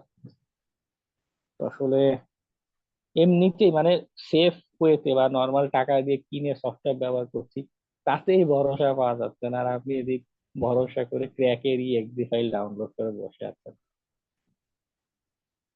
আর ওই যে বিভিন্ন সাবমেরিন কন্ট্রোলের যে সফটওয়্যার গুলা ওই যে ডার্ক ওয়েবসাইটে পাওয়া যায়, ওগুলো যদি ইউজ করি সমস্যা কি আছে? সাবমেরিন বুঝিনি আপনার সিনারিওটা। মানে সাবমেরিন কন্ট্রোলিং করার যে একটা সফটওয়্যার আছে, ওগুলো হচ্ছে আপনার ডার্ক ওয়েবে পাওয়া যায় আর কি। তো ওইটা ফ্রি ভাবেই পাওয়া যায়, ওগুলা কি ইউজ করা ঠিক হবে? প্রথমত ইউসি তো করতে পারবে না যদি রিমোটলি কন্ট্রোলের কোনো কোড বা কিছু হয়। সেক্ষেত্রেও লিমিটেশন হচ্ছে, আমি যে সিগন্যাল পাঠাবো, সিগন্যাল পাঠানোর জন্য আমাদের অ্যান্টেনা বা রেডিও ফ্রিকোয়েন্সি জেনারেট করার যেই হার্ডওয়্যার ডিভাইস গুলো লাগবে, এটা আপনার কাছে নেই। এটা একটা ইস্যু। আবার আরেকটা ইস্যু হতে পারে যে মনে করুন রিমোট কন্ট্রোলের সফটওয়্যার না, ওটা হচ্ছে গিয়ে সরাসরি ওই ডিভাইস থাকা লাগবে আপনার কাছে, তাহলে রান করবেন কারো করে সফটওয়্যার রান করলে তা আপনার কম্পিউটারে রান হবে। জাভা প্রোগ্রাম হতে পারে বা পাইথন আপনার ডিভাইসে রান হবে, কিন্তু ওটাতে তো সাবমেরিন কন্ট্রোল হবে না। ডাইরেক্ট সাবমেরিন কন্ট্রোল করা যায় তো? মানে আমি একবার রান হ্যাঁ, করছিলাম, দেখি যে সব সাবমেরিনের অপশন গুলো দেখাচ্ছে, আমি কি আবার কোথায় সাবমেরিন ওপেন করে ফেললাম। আমি ওর সাথে সাথে ওটা এটা মেবি ডিলিট কোনো করে দিচ্ছি। ওটা মেবি ইনফরমেশন গ্যাদারিং এর কোনো টুলস হতে পারে, কোনো স্যাটেলাইট বা কোনো কিছু থেকে কোথায় সাবমেরিন আছে এই রিলেটেড কোনো তথ্য দেখাচ্ছে মেবি, আমি জানি না আপনি কোনটা কি রান করেছেন, হতে পারে। মানে বাস্তবে যে সাবমেরিন আছে না, ওইগুলার কন্ট্রোলিং এর যে সফটওয়্যার, ওইটা আর কি। আচ্ছা, রান করতে পারেন আপনি। একটা কি বলে ভার্চুয়াল এনভায়রনমেন্ট ক্রিয়েট করে রান করে ট্রাই করে দেখলেন, কোনো একটা সাবমেরিন কন্ট্রোল করা গেলে তো ভালো, একটা দুটা বোমা মেরে দিলেন, হ্যাঁ, রাতের বেলা আতশবাজি দেখা যাবে আকাশে।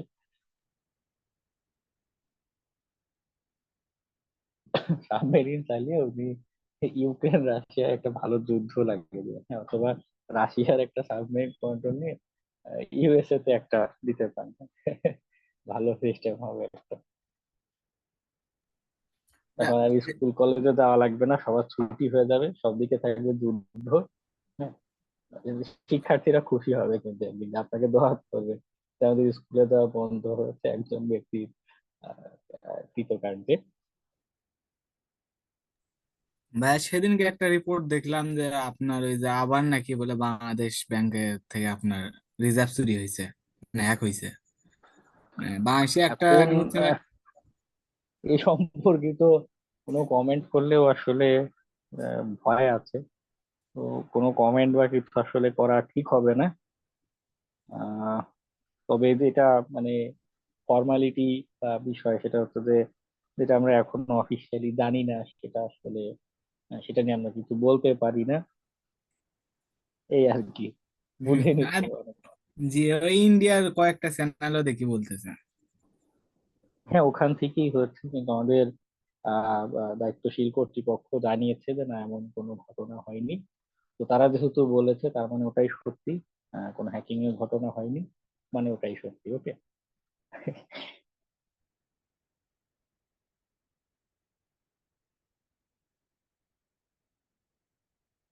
হ্যাঁ হ্যাঁ, না আপনি সাধারণত আপনি তো আবার অন্য ধারা নেবেন, এভাবে বলার দরকার না। হ্যাঁ, বললে নাম বললে চাকরি থাকবে না, এটা একটা নেমস আছে না, এই টাইপের ঘটনা ঘটবে।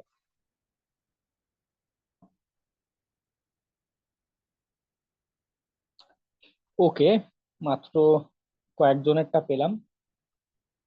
কোর্স শুধু এই কয়েকজনই করে, বাকিরা কি করে আই ডোন্ট নো। 42 জনের ভিতর 9 জন দিয়েছে। স্যার আমারটা মিসিং আছে। আচ্ছা, একজনেরটা পেলাম না হয়। 10 জন দিয়েছে, বাকি 30 জনই নাই। ভাইয়া আমার এক্সাম চলতেছিল, গতদিন শেষ হয়েছে তো, এখন থেকে কন্টিনিউ। স্যার 7 নাম্বার অ্যাসাইনমেন্টটা যদি একটু ওপেন করে দিতেন, ওইটা মনে হয় পয়েন্ট দিয়েছেন কিনা আমি জানি না। ওই 7, এইটা 7 নম্বর। জি জি স্যার, ওই না না 7 নাম্বার যে আপনি অ্যাসাইনমেন্ট দিছিলেন এর আগেরটা, ও এখন আচ্ছা, তো এর এটা আগেরটা। জি স্যার, আমি তো আচ্ছা ওটা স্যার, মার্কস একটা দেয়নি। অ্যাসাইনমেন্ট মিস করি নাই। আগেরটা আমার মিস হয়েছে, দেখেন স্যার। আমার একটা অ্যাসাইনমেন্টও মিস নেই পুরো আচ্ছা, কোর্সে। ওটা দেখবো না আমি, ওটা আমি দেখবো না। যদি মিসিং থাকে আমি মার্কস দিয়ে দিব না। মুকেশ রহমান একটা মিসিং দেখাচ্ছে কেন? লেট সাবমিট করেছেন সম্ভবত। জি স্যার, সাবমিট করতে একটু দেরি হচ্ছে। পরীক্ষা ছিল তো টানা 2 দিন, তারপরে আসে হচ্ছে প্র্যাকটিস করে আচ্ছা, দিতে। মার্কস দিয়ে রাখলাম, এটা ভুলে যাব না, নো টেনশন। বাকিরা আরফ মোল্লানা অ্যাসাইনমেন্ট দিয়েছে দেখলাম, না দেয়নি। ক্লাসে আছে, অ্যাসাইনমেন্ট দেননি, ভেরি গুড। বাকিদের নিয়ে আর কিছু বলবো না, হ্যাঁ অতটা বলে কাজ নেই। পারতেছি না।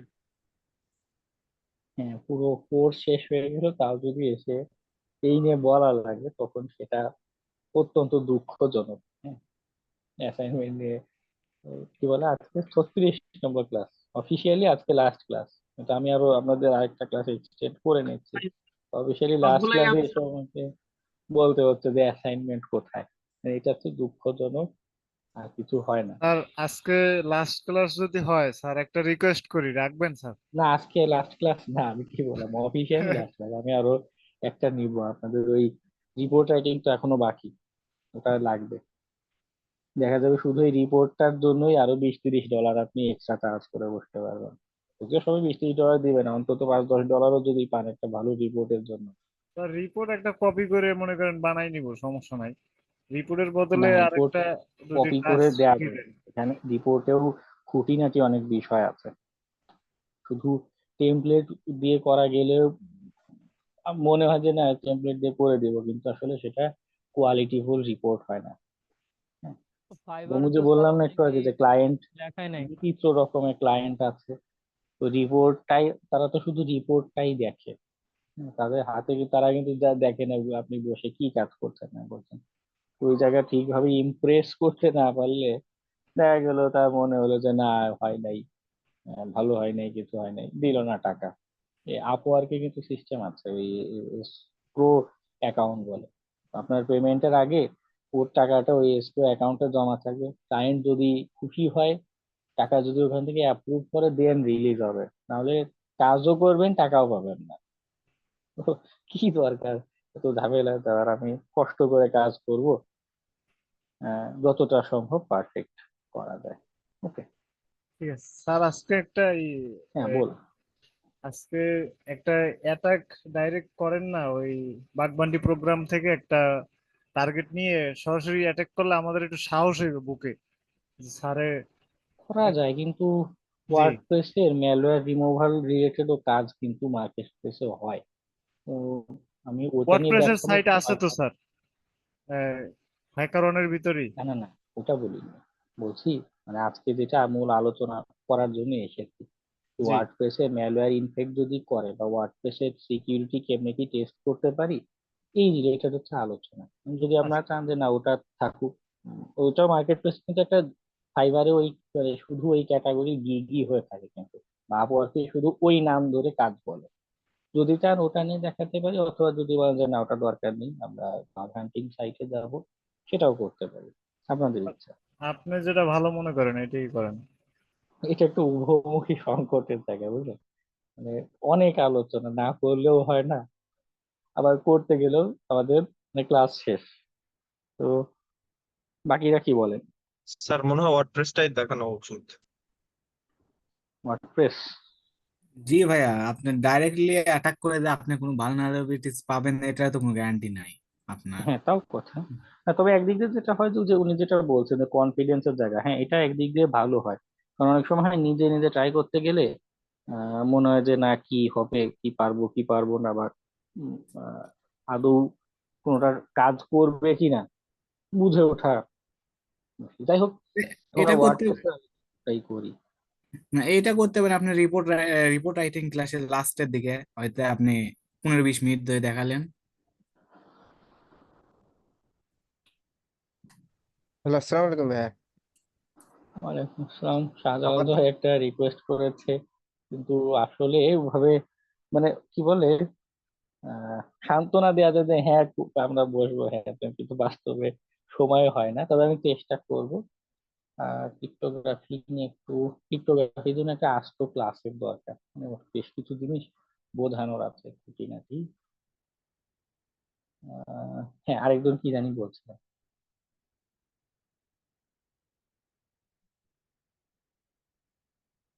ভাইয়া, আমাদের ম্যালওয়্যার রিমুভের একটা মানে এই টপিকটা নিয়ে কোনো আলোচনা করলেন না, মানে হ্যাঁ ওয়েবসাইটে। ওয়ার্ডপ্রেসের ওইটা নিয়ে আজকে আলোচনাটা মূলত।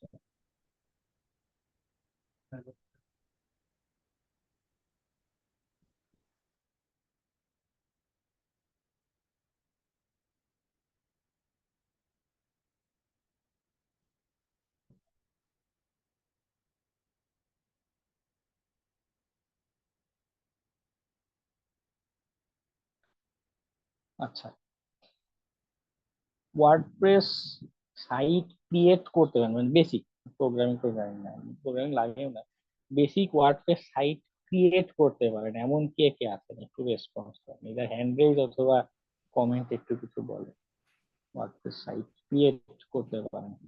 স্যার ওয়ার্ডপ্রেস সাইটও পারি, পাইথন দিয়েও পারি, অনেক পারি, কিন্তু হ্যাকিং করতে পারি না। তো হলো ওয়ার্ডপ্রেস তো পারেন, একজন পেলাম, আর বাকিরা? আমার আমার অলরেডি 2-3টা ওয়েবসাইটও আছে, মানে আমি প্র্যাকটিস করি ওগুলোর উপরে, ডোমেইন নিয়ে রাখছি। আহ, যদি যদি পসিবল হয়, যদিও আসলে পার্সোনাল জিনিসপত্র শেয়ার করা ঠিক না, যদি এমন থাকে ফেক বা এরকম যেটা উপর ট্রাই করা যায়, ক্লাসে শেয়ার করতে পারেন যদি পসিবল হয়। তারপরও সেফটি ইস্যু থাকলে দরকার নেই। দেখো বাকিরা একটু রেসপন্স করুন। অ্যানোনিমাস সাহেব অনেক আগে ট্রাই করেছিলেন, ওকে একটু হলেও দুইজনে পেলাম একটু আইডিয়া আছে। বাকিরা মানে যেটা হবে, যদি অধিকাংশের আইডিয়া থাকে ওয়ার্ডপ্রেস নিয়ে, তাহলে তো ইন্ট্রোডাকশন দরকার নেই, কিন্তু এটারও টেকনিক্যাল জিনিসপত্র কিছু বোঝার আছে। হ্যাঁ, যদি একদমই আইডিয়া না থাকে তাহলে ওয়ার্ডপ্রেস থেকে আলোচনা শুরু করতে হবে।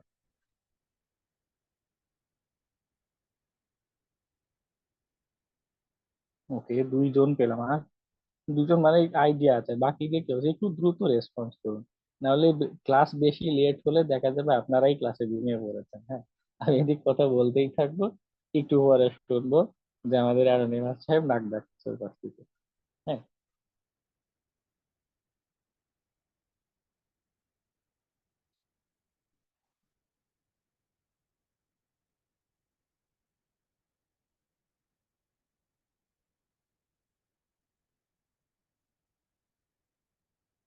দুইজন ছাড়া আর কারো আইডিয়া নাই? ক্লাসে 17 জন আছে, দুইজন মানে 15 জন বাকি থাকে, কারো আইডিয়া নেই। ওকে, বিজয় সাহেব, যদি যদি সেফটি ইস্যু না থাকে এবং যদি পসিবল হয় কোনো ওয়ার্ডপ্রেস সাইট বা ক্রেডেনশিয়াল শেয়ার করতে পারেন, তাহলে ক্লাসে দেখাতে সুবিধা হয়। স্যার আছে আমার ওয়েবসাইট, কিন্তু ডোমেইন গুলো সব আমার নিজের নামে কেনা, আর আমি তাহলে ইনফরমেশন দরকার গুলো নেই। হাইড করি নাই। হ্যাঁ, তাহলে দরকার নেই, তাহলে ইস্যু ডোমেইন আছে, আছে 4-5টা আমার নিজের কেনা আছে, কিন্তু এগুলো আমি থাকুক। হাইড করি নাই। তবে আমি আর একটা পার্সোনাল ওয়েবসাইট আমি দিই, সবাই সমস্যা নাই, টেস্ট করুক। না না, দরকার নেই, কারণ আমাদের এই ক্লাসের ভিডিও গুলো মানুষজন সেল করে দেয়, ফেসবুকে 100-200 টাকায় সেল হয়। হ্যাঁ, তো এই দিন শেষে যেটা দাঁড়ায় যে ক্লাসে যা যা বলছি এগুলো আসলে আহ, গণমানুষের কাছে শেয়ার হয়ে যায়, তো ওতে ঝুঁকি আছে, দরকার নেই।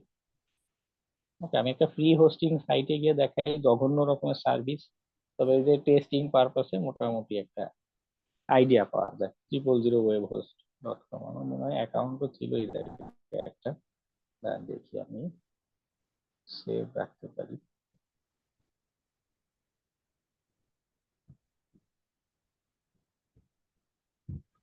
ওকে, একটা অ্যাকাউন্ট আছে, দেখি লগ ইন হয় কিনা। ফ্রি তো অনেক স্লো হয়, প্লাস কিছু ফাংশনালিটির আমাদের লিমিট করে দেয়।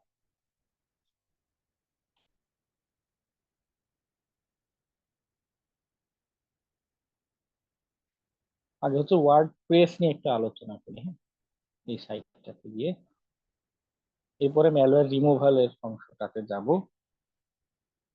তো একটু সময় লেগে যাবে, এমনিতেই একটু আমরা লেটে, একটু না, 20 মিনিট লেটে ক্লাস শুরু করেছি, 12টা বেজে যাবে। ঠিক আছে, কালকে ছুটি আছে, সবাই একটু ক্লাসে থাকবেন।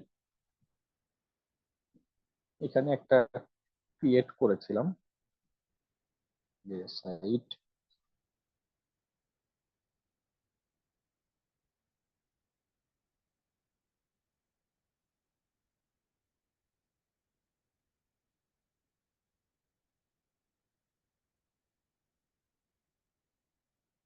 এখানে আমাদের ও একটা প্যানেল দিচ্ছে। হ্যাঁ, প্যানেলটা মূলত সার্ভার সাইডে থাকে, যেখানে হোস্ট করছি সেখানে, যে অনেকটা সি প্যানেল বলে না, ওটা অবশ্য দেখতে অন্যরকম হয়। এক একটা হোস্টিং প্রোভাইডারের প্যানেল দেখতে এক এক রকমের হয়, মূল জিনিসটা একই রকম। এখানে ছবিতে যেটা দেখাচ্ছি সি প্যানেলের একটা স্ক্রিনশট।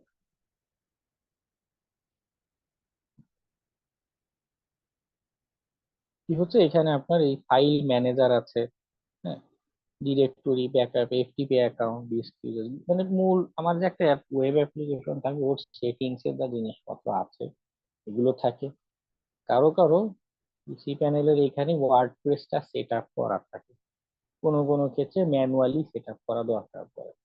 শেয়ার্ড হোস্টিং বা ওয়ার্ডপ্রেস হোস্টিং এর যে সার্ভিস গুলো আছে ওগুলো কিনলে সচরাচর সেখানে বেশিরভাগ ক্ষেত্রে ওয়ার্ডপ্রেস সেট আপে আসে, ম্যানুয়ালি কিছু সেট আপটা দরকার পড়ে না। তো যেটা হচ্ছে আমার এখানে সব সেট আপ করা থাকে। আমি আর্কিটেকচারটা যেটা বোঝাচ্ছি, এর ভিতরে হচ্ছে ওয়ার্ডপ্রেস অ্যাপ্লিকেশনটা, বিষয়টা হচ্ছে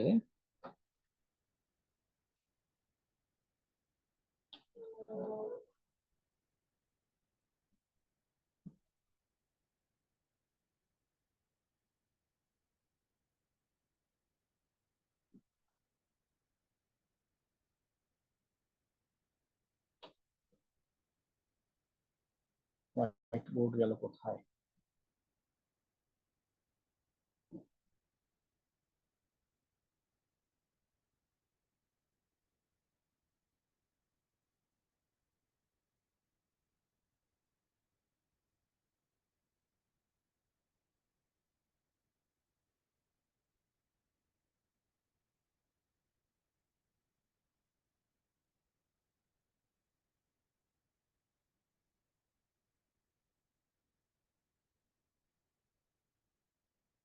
আচ্ছা, ব্যাকআপের করে ড্রয়িং হয়ে গেল, এটা হচ্ছে সার্ভার, সার্ভারের এই সি প্যানেল দিয়ে আমি অ্যাপ্লিকেশন দেখতে পাচ্ছি, তার ভিতরে আমার ওয়ার্ডপ্রেসটা রান হচ্ছে। ওকে, সার্ভারের ভিতরে অ্যাপ্লিকেশন আকারে আমার ওয়ার্ডপ্রেসটা রান হচ্ছে। সার্ভার হচ্ছে ওয়ার্ডপ্রেস। এই যে ওয়ার্ডপ্রেসটা না, ওর নিজস্ব ভিতরে আরেকটা প্যানেল থাকে, সেটাও দেখাচ্ছি একটু পরে।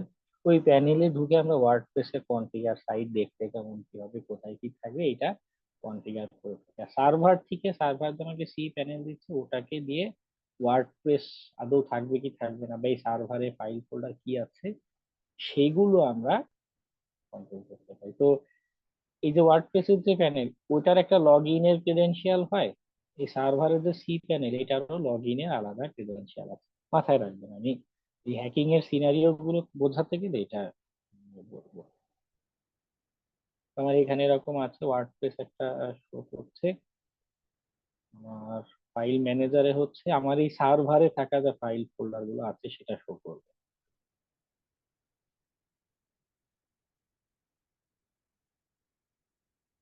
আমার এই যে HTML file, temporary file tile যা আছে সবই।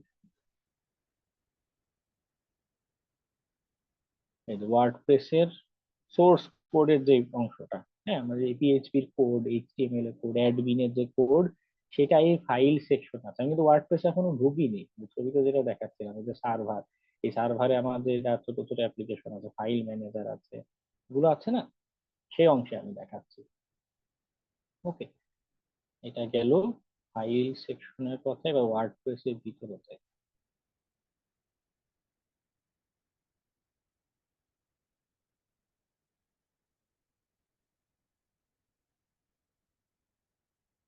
এখানেও সেট আপের কিছু বিষয়বস্তু বলছে। ওয়েবসাইট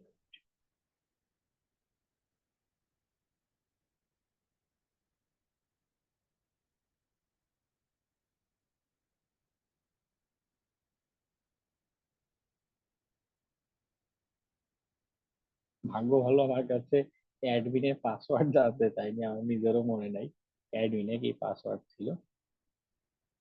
কনস্ট্যান্টলি বিজ্ঞাপনটা এবার ওয়ার্ডপ্রেসের ড্যাশবোর্ডে আছে, কিন্তু আমি আগে ছিলাম প্যানেলের ড্যাশবোর্ডে, এবার ওয়ার্ডপ্রেসের ড্যাশবোর্ডে এসেছে। ওয়ার্ডপ্রেসটা কেন সহজ, এখানে এইচটিএমএল কোড টোড কিছু করা দরকার নেই। আপনি মনে করেন একটা পোস্ট লিখবেন, অ্যাড এ নিউ পোস্টে যদি যান, বাম দিকে হচ্ছে আমার পুরো প্যানেল সেকশনটা।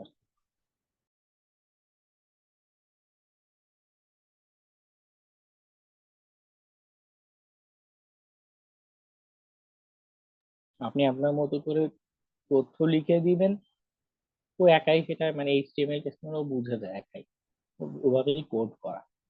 এটা পাবলিশ হয়ে যাবে সাইটে, শো করতে থাকবে। এটা লিখে রাখুন।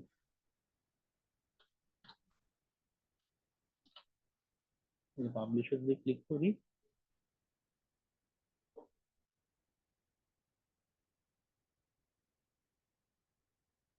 আমার একটা ওয়েব পেজ ক্রিয়েট হয়ে যাবে।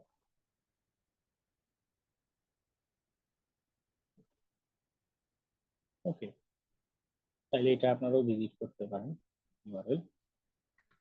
হ্যাঁ, ডাইনামিক ভাবে খুব চমৎকার ভাবে হ্যান্ডেল করে, এবং যেহেতু কোনো কোড করা লাগে না, যার কারণে মানুষজন এটা ব্যবহার করা ইজি।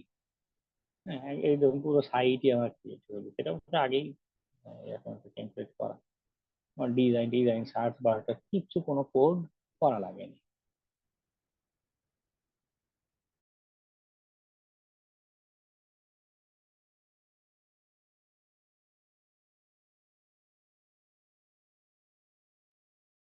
তো যারা নর্মাল ইউজার আছে, নর্মাল মানুষ আছে, তারা কয়েক দুইটা মানে এমনিতে পোস্ট টোস্ট এডিট করছেই, থিম সেট আপ করতে পারে অ্যাজ এ নর্মাল ডেভেলপার বা নর্মাল ইউজার।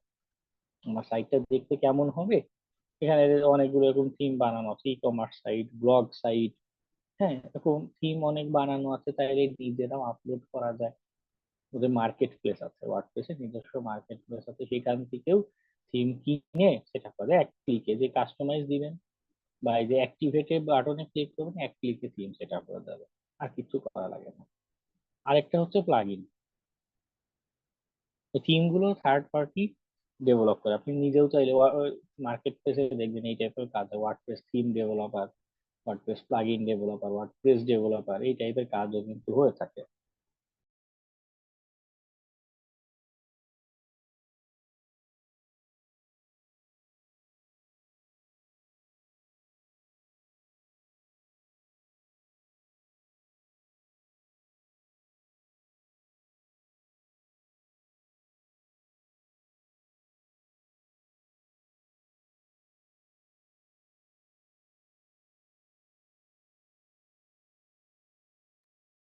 প্লাগইন জিনিসটা কেমন, এই যে আমরা ব্রাউজারে বিভিন্ন এক্সটেনশন ব্যবহার করি না, জিও ব্লক ব্যবহার করছি, ওর কাজ হচ্ছে ব্রাউজারের সাথে আরেকটা প্রোগ্রাম যুক্ত হচ্ছে, তার কাজই হচ্ছে অ্যাড ব্লকের কাজ করবে, নর্মাল ফাংশনালিটি বা কনসেপ্ট।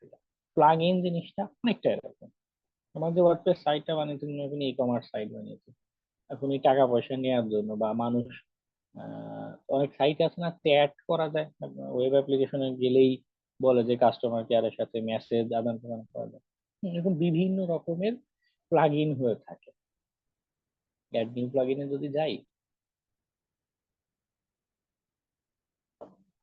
এরকম বিভিন্ন রকমের প্লাগ ইন হয়ে থাকে। আপনার নিজের কোনো প্রোগ্রাম লেখারও দরকার নেই, আপনি যে কাজ করতে চান এই রিলেটেড প্লাগ ইন আছে। হ্যাঁ, পারফরমেন্স কি করবে, পারফরমেন্স এর ইনফরমেশন এগুলো দেখাতে পারে। বিভিন্ন রকম প্লাগ ইন আছে, এগুলো থার্ড পার্টি ডেভেলপ করে। তো মানুষ কি করে, এগুলো সেট আপ করে ব্যবহার করতে থাকে। এটা গেলো আমাদের ওয়ার্ডপ্রেসের আলোচনা, নর্মাল কথা। এবার আসি আমাদের সিকিউরিটি নিয়ে কথা, হ্যাকিং নিয়ে কথা।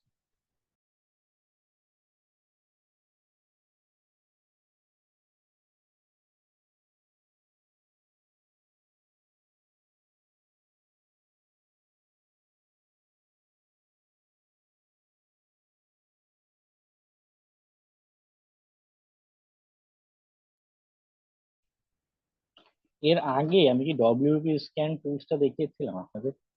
না স্যার। আচ্ছা, ওয়ার্ডপ্রেস বা জুমলা সাইট যদি হয়, মেইনলি ওয়ার্ডপ্রেসের জন্য তৈরি করা খুবই চমৎকার একটা টুলস হচ্ছে ডব্লিউপি স্ক্যান। খুব চমৎকার বলার একটা রিজন হচ্ছে, একে তো ফাইন্ডিংস গুলো উইকনেস, ও অটোমেটেড স্ক্যানার। ওয়ার্ডপ্রেস সাইট যদি হয়, ও খুব সুন্দর অটোমেটেড স্ক্যান করতে পারে। আমি আমাদের সাইটটাকে স্ক্যান দিই, কপি লিঙ্ক,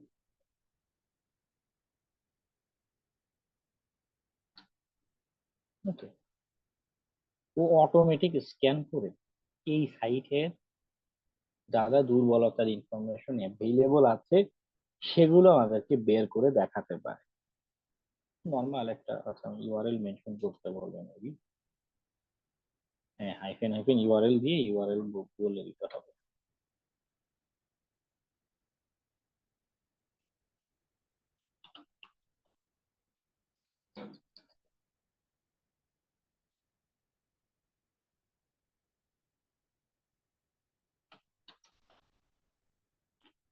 আচ্ছা, এটা তো পোস্ট নাম্বার, এটা দরকার নেই।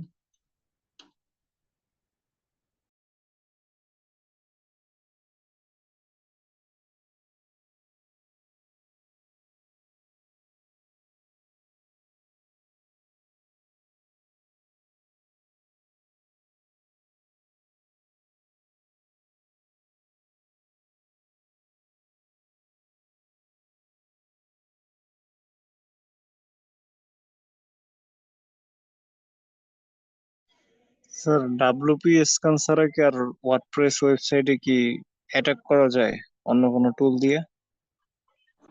হ্যাঁ, আমাদের যে ওয়াস র্যাপ আছে, অটোমেটেড স্ক্যানার যদি বলি, ওকে দিয়েও কিন্তু ওয়ার্ডপ্রেস স্ক্যান করা যায়। ওয়ার্ডপ্রেস যে সাইট, ও তো একটা ওয়েব অ্যাপ্লিকেশন, ও যা যা দুর্বলতা আছে এটা শো করতে থাকে। তবে ডব্লিউপি স্ক্যানটা আমার কাছে বেটার অ্যাপ্রোচ মনে হয়, কারণ ও ডেডিকেটেডলি আসলে ওয়ার্ডপ্রেস এর জন্য বানায়। জি এবং স্যার, এটা হ্যাঁ, এটা আরেকটা রিজন হচ্ছে, এই যে ডব্লিউপি স্ক্যানের যে সাইট, সিভি নিয়ে পড়িয়েছিলাম না আপনাদের, সেই জি স্যার। vulnerability সিভির অথরিটি থাকে, কারা সিভি অ্যাসাইন করতে পারে। তো অথরিটি, এই ডব্লিউপি স্ক্যান যে, ওরা হচ্ছে এই সিভির একটা অথরিটি। এতে যেটা সুবিধা হয়, ওয়ার্ডপ্রেস রিলেটেড বিভিন্ন লেটেস্ট দুর্বলতার ইনফরমেশন ওদের কাছে থাকে। তো ওদের ডাটাবেসটা আমার কাছে যেটা মনে হয় যে বেশ ভালো একটা কালেকশন ওদের কাছে থাকে ওয়ার্ডপ্রেস রিলেটেড সিকিউরিটি ইস্যুগুলো। ওরও এপিআই আছে ফ্রিতে, মানে ওর এপিআই এখানে কানেক্ট করা লাগে, এমনি এপিআই ছাড়াও কাজ করে। এপিআই দিয়ে স্ক্যান করলে, ওদের এপিআইটা এখানে স্ক্যান করলে যে আরো একটু ভালো রেজাল্ট দেখায়। ফ্রিতে মনে হয় 25টা মতো স্ক্যান করতে দেয় মান্থলি। এই সাইটে গেলে এটা আরো ইনফরমেশন পাবে, কিভাবে এপিআই কানেক্ট করে সেটাও খুঁজে পাবে। জাস্ট সিম্পল কিছু কমান্ড দিলে আপনার কাজ হয়ে যাবে। তো যেটা বলছিলাম যে ও আমাদের এই সাইটটাকে স্ক্যান করে এবং এখানে ফায়ারওয়াল ব্লক দিচ্ছিল, সেটাকে সে বাইপাস করে দিয়েছে র্যান্ডম ইউজার এজেন্ট। এটা যার কারণে কি কি ইনফরমেশন পেয়েছে, রোবটস বা টিএক্সটি পেয়েছে, এবং সেইখানে আমাদের ওয়ার্ডপ্রেসে অ্যাডমিন যে পেজ আছে সেটা রিভিল করে দিচ্ছে, কনফিডেন্স লেভেল বলে দেয়। যেখানে আরপিসি পেজ পেয়েছে, রিডমি ফাইল পেয়েছে, এগুলো মিসকনফিগারেশন। হ্যাঁ, ওই যে এক্সএমএল, ওখানে তো এক্সএমএল ইনজেকশন করা যাবে নাকি? পাওয়া যেতে পারে। এখানে যে মেটাস্প্লয়েটের কতগুলো মডিউল যে এখানে বলে দিয়েছে, auxiliary scanner, ghost scanner, XML, RPC, এই মডিউল গুলো রান করতে পারেন। কিন্তু এখান থেকে কোনো ইনফরমেশন আসতে পারে, কি থিম ব্যবহার করছি, কি কি প্লাগইন আছে, বা ওয়ার্ডপ্রেসের ভার্সন। যেমন আমি যে ভার্সনটা ব্যবহার করছি এটা ইনসিকিউর, রিলিজ হয়েছে এত সালে, 23 সালের রিলিজ। হচ্ছে যে যেই থিমটা ব্যবহার করছি সেই থিমে যদি অনেক সময়, আচ্ছা থিম নিয়ে একটু কথা বলি। থিম আর প্লাগইন বলছিলাম না যে থার্ড পার্টি ডেভেলপ করে, ওয়ার্ডপ্রেস নিজে কিন্তু এগুলো ডেভেলপ করে না, মেনটেন করে না। থার্ড পার্টি যদি ডেভেলপ করে, মেনটেন করে, ওই জায়গায় না চাইলেও বিভিন্ন দুর্বলতা থেকেই যায়। কয়জন আছে এরকম সিকিউরিটি মাইন্ডসেট নিয়ে প্রোগ্রাম করে, তাই না? সিকিউরিটি মাইন্ডসেট নিয়ে প্রোগ্রাম করেছে, এমন অ্যাপ্লিকেশনও দেখা যায় দুর্বলতা পাবে, যে বাগ হান্টিং এর যে সাইট গুলো, অনেকেই দেখা যায় ভালো টিম আছে ইন্টারনাল, সিকিউরিটি ফোকাস করেই অ্যাপ্লিকেশন ডেভেলপ করছে, তারপরও কত দুর্বলতা থাকে। আর থিম বা এগুলো তো অনেকে আছে ফ্রি থিম প্লাগইন ব্যবহার করে, থার্ড পার্টি মানুষের ব্যবহার করে, মানুষ ফ্রিতে কতটুকু বা ভালো সার্ভিস দেয়। প্রায় সময় এই থিম বা প্লাগইন এগুলো দুর্বলতা পাওয়া যায়। নো প্লাগইনস বলছে থিম পাচ্ছে, এই থিম রিলেটেড কোনো এক্সপ্লয়েট যদি খুঁজি, প্লাগইন রিলেটেড কোনো এক্সপ্লয়েট যদি খুঁজি, যেমন দেশে যে এক্সপ্লয়েট ডিবি সাইটটা আছে না,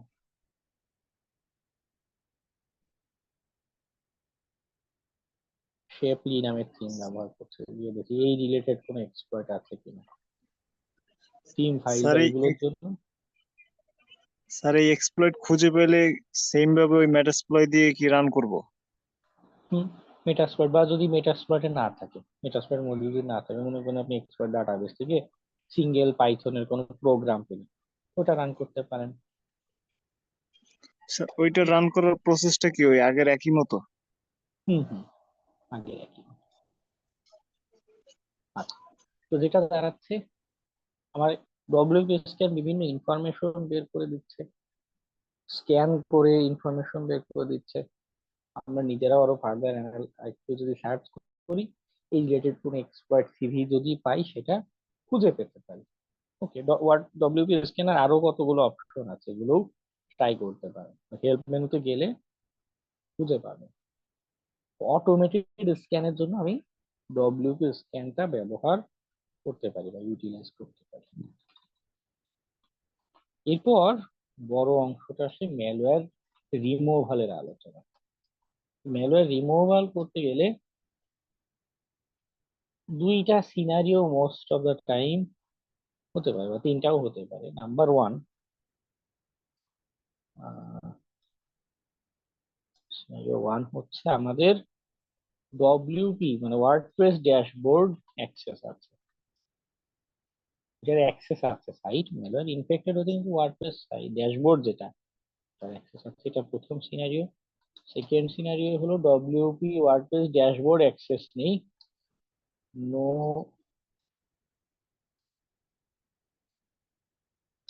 WP dashboard but C panel বা প্যানেল অ্যাক্সেস আছে। যেটাকে ছবিকে বোঝাচ্ছিলাম না, অনেক সময় হ্যাকার কি করতে পারে, অ্যাক্সেস নিয়ে হয়ে গেল।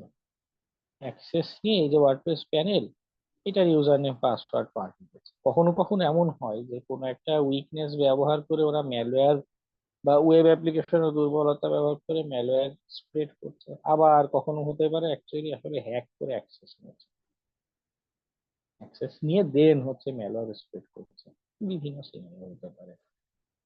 দেখা গেল এই প্যানেলটা আমার অ্যাক্সেস নেই, তখন আসলে মুশকিল হয়ে যায়, একটু কঠিন হয়ে যায়। শুধু প্যানেলের অ্যাক্সেস আছে তখন ম্যানুয়ালি আমাদের অ্যাপ্রোচ করতে হয়, ওটা খুব ডিফিকাল্ট।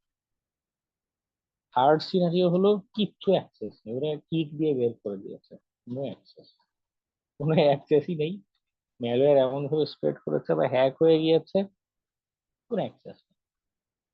তিন ধরনের সিনারিও হতে পারে। ওয়ার্স্ট কেস সিনারিও হচ্ছে নো অ্যাক্সেস। এটা নিয়ে আগে বলি, সবচেয়ে খুব মানে ঝামেলার জায়গা, যদি কোনো অ্যাক্সেসই না থাকে তখন আমাকে কি করতে হবে, আমার নিজে তখন ফার্দার হ্যাকিং অ্যাটেম্প নিতে হবে। যে আচ্ছা আমি নিজে এটা কোনো উইকনেস পাই কিনা সেটাতে এক্সপ্লয়েট করতে পারি কিনা। কারণ অনেক সময় হ্যাকাররা, এটা হতে পারে তারা সামহাও অ্যাক্সেস নিয়েছে, যে এই পোর্ট দিয়ে বা যে সার্ভিস দিয়ে অ্যাক্সেস নিতে সেটা তারা বন্ধ করে না, দেখা যায় সেটা ওপেন করেই তারা তাদের কানেকশন বা অ্যাক্সেসটা দিয়ে যাচ্ছে। ফার্দার হ্যাকিং অ্যাটেম্প নিলে সেই যে উইকনেস সেটা থেকে অ্যাক্সেস পাওয়া যেতে পারে। এটা হচ্ছে ওয়ার্স্ট কেস সিনারিও, কোনো অ্যাক্সেস নেই। আর সেকেন্ডটা নিয়ে পরে বলছি, কারণ এটাও ম্যানুয়াল প্রসেস পুরোটা। যখন ড্যাশবোর্ডের অ্যাক্সেস আছে তখন ম্যালওয়্যার রিমুভালটা আমাদের জন্য ইজি হয়, সহজ হয়। কেন? এই যে প্লাগ ইন নিয়ে বলছিলাম না, ম্যালওয়্যার রিমুভালের জন্য এরকম প্লাগ ইন আছে, অটোমেটেড প্লাগ ইন, ও আমাদের এই কাজটা সহজ করে দেয়। যদি প্লাগ ইন রান করতে না পারি তখন হয়ে যায় কঠিন, কষ্ট।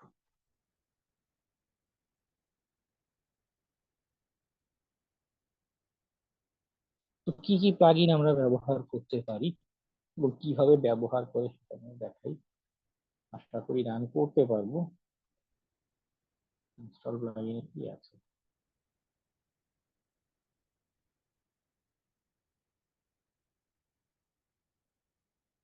ফ্রি ওয়েবসাইট তো অনেক বেশি স্লো করে, ক্লিক করেছি সাইট লোডই নিচ্ছে না।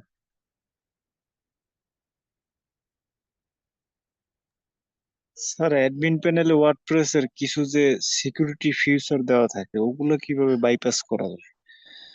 মানে অ্যাটাক করতে গেলে অ্যাডমিন প্যানেলে কিছু সিকিউরিটি প্লাগইন দেওয়া থাকে, ওগুলো ব্লক করে দেয় অটোমেটিক।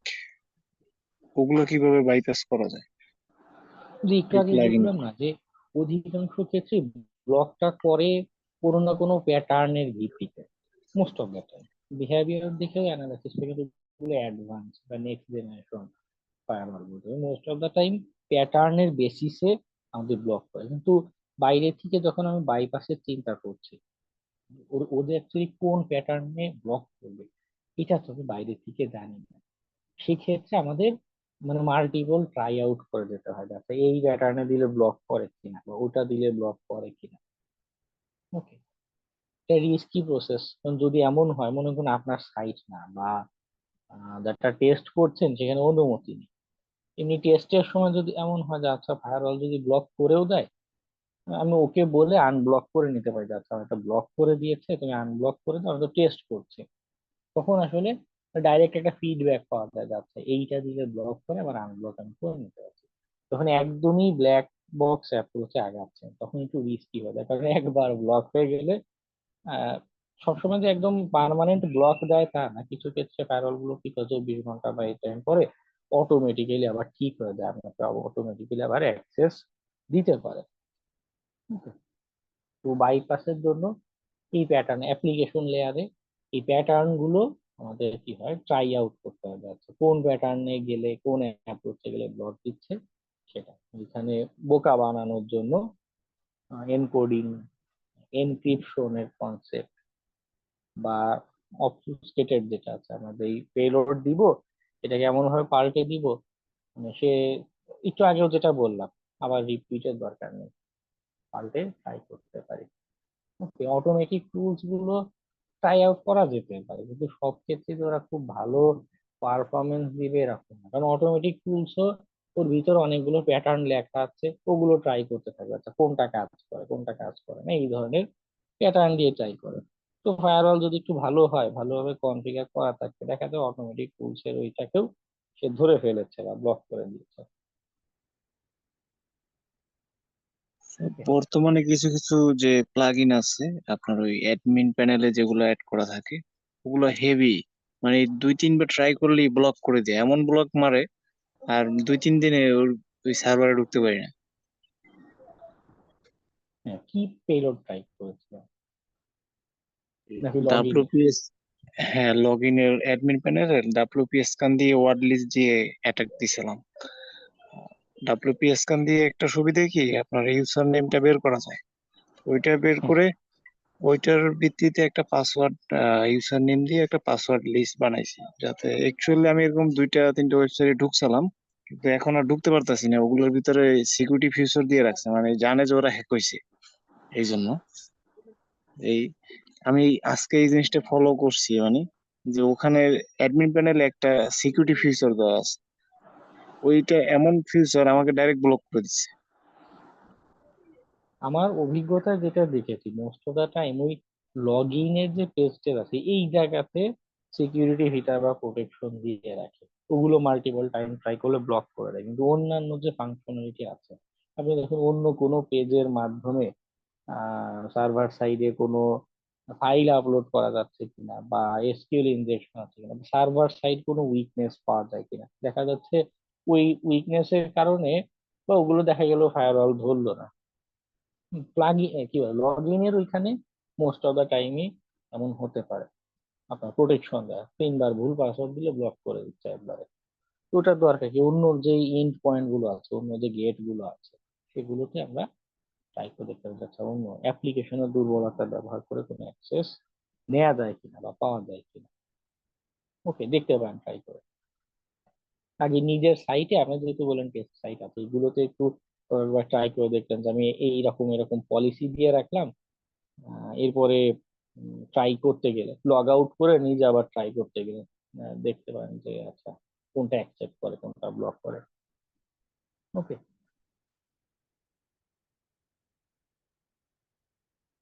আচ্ছা, প্লাগইন নিয়ে বলছিলাম। আচ্ছা, ওয়ার্ডপ্রেস আমার এখানে অলরেডি সেট আপ করা। এই অ্যাড নিউ প্লাগইনে গিয়ে আমরা প্লাগইন সেট আপ করতে পারি, ওয়ার্ডপ্রেসের যে মার্কেট প্লেস আছে এখান থেকে খুঁজে সেট আপ করতে পারি, অথবা প্লাগইন আলাদা করে যদি ডাউনলোড করে নিয়ে আসি। আমি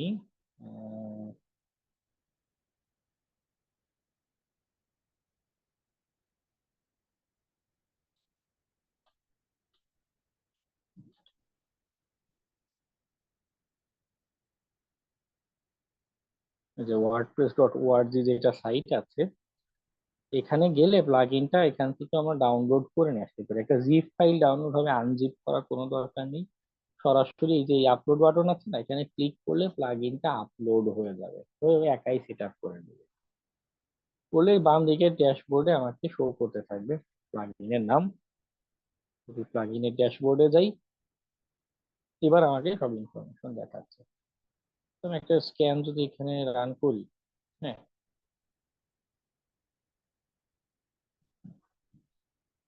কি বলছে আপডেট স্ক্যান, স্ট্যান্ডার্ড স্ক্যান,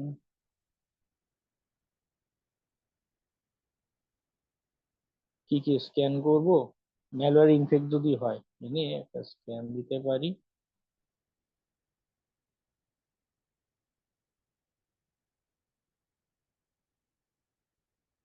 আচ্ছা, সাইটটা স্লো,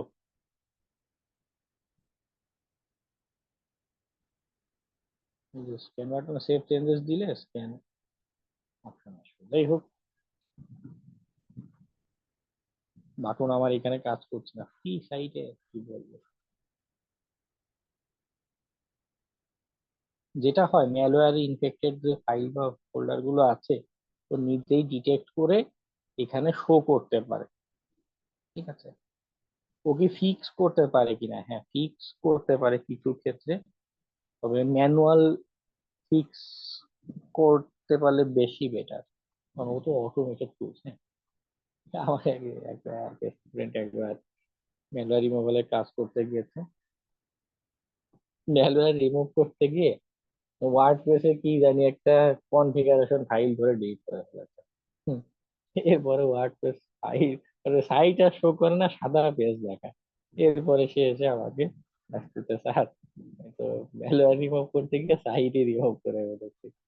কি এক অবস্থা! তো এটা একটা ইস্যু আছে, বা সতর্ক থাকতে হবে, নাহলে কি রেখে কি ডিলিট হয়ে যায় তার ঠিক নেই।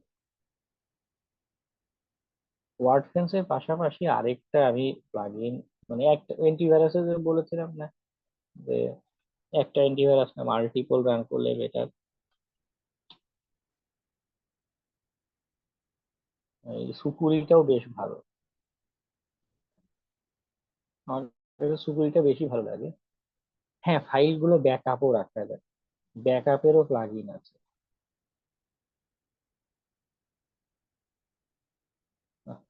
সার্চ হচ্ছে না।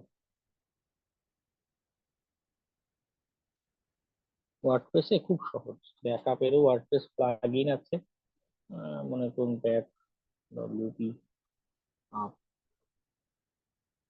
কি কাজ করবে, জাস্ট ব্যাকআপ যে নিতে চাচ্ছেন সিলেক্ট করবেন, ও জিপ ফাইল ক্রিয়েট করবে, কি কি ব্যাকআপ নেবেন প্লাগইনে দিলে জিপ ফাইল আকারে ব্যাকআপটা আপনার এখানে ডাউনলোড হয়ে যাবে। শুরুতে যাই,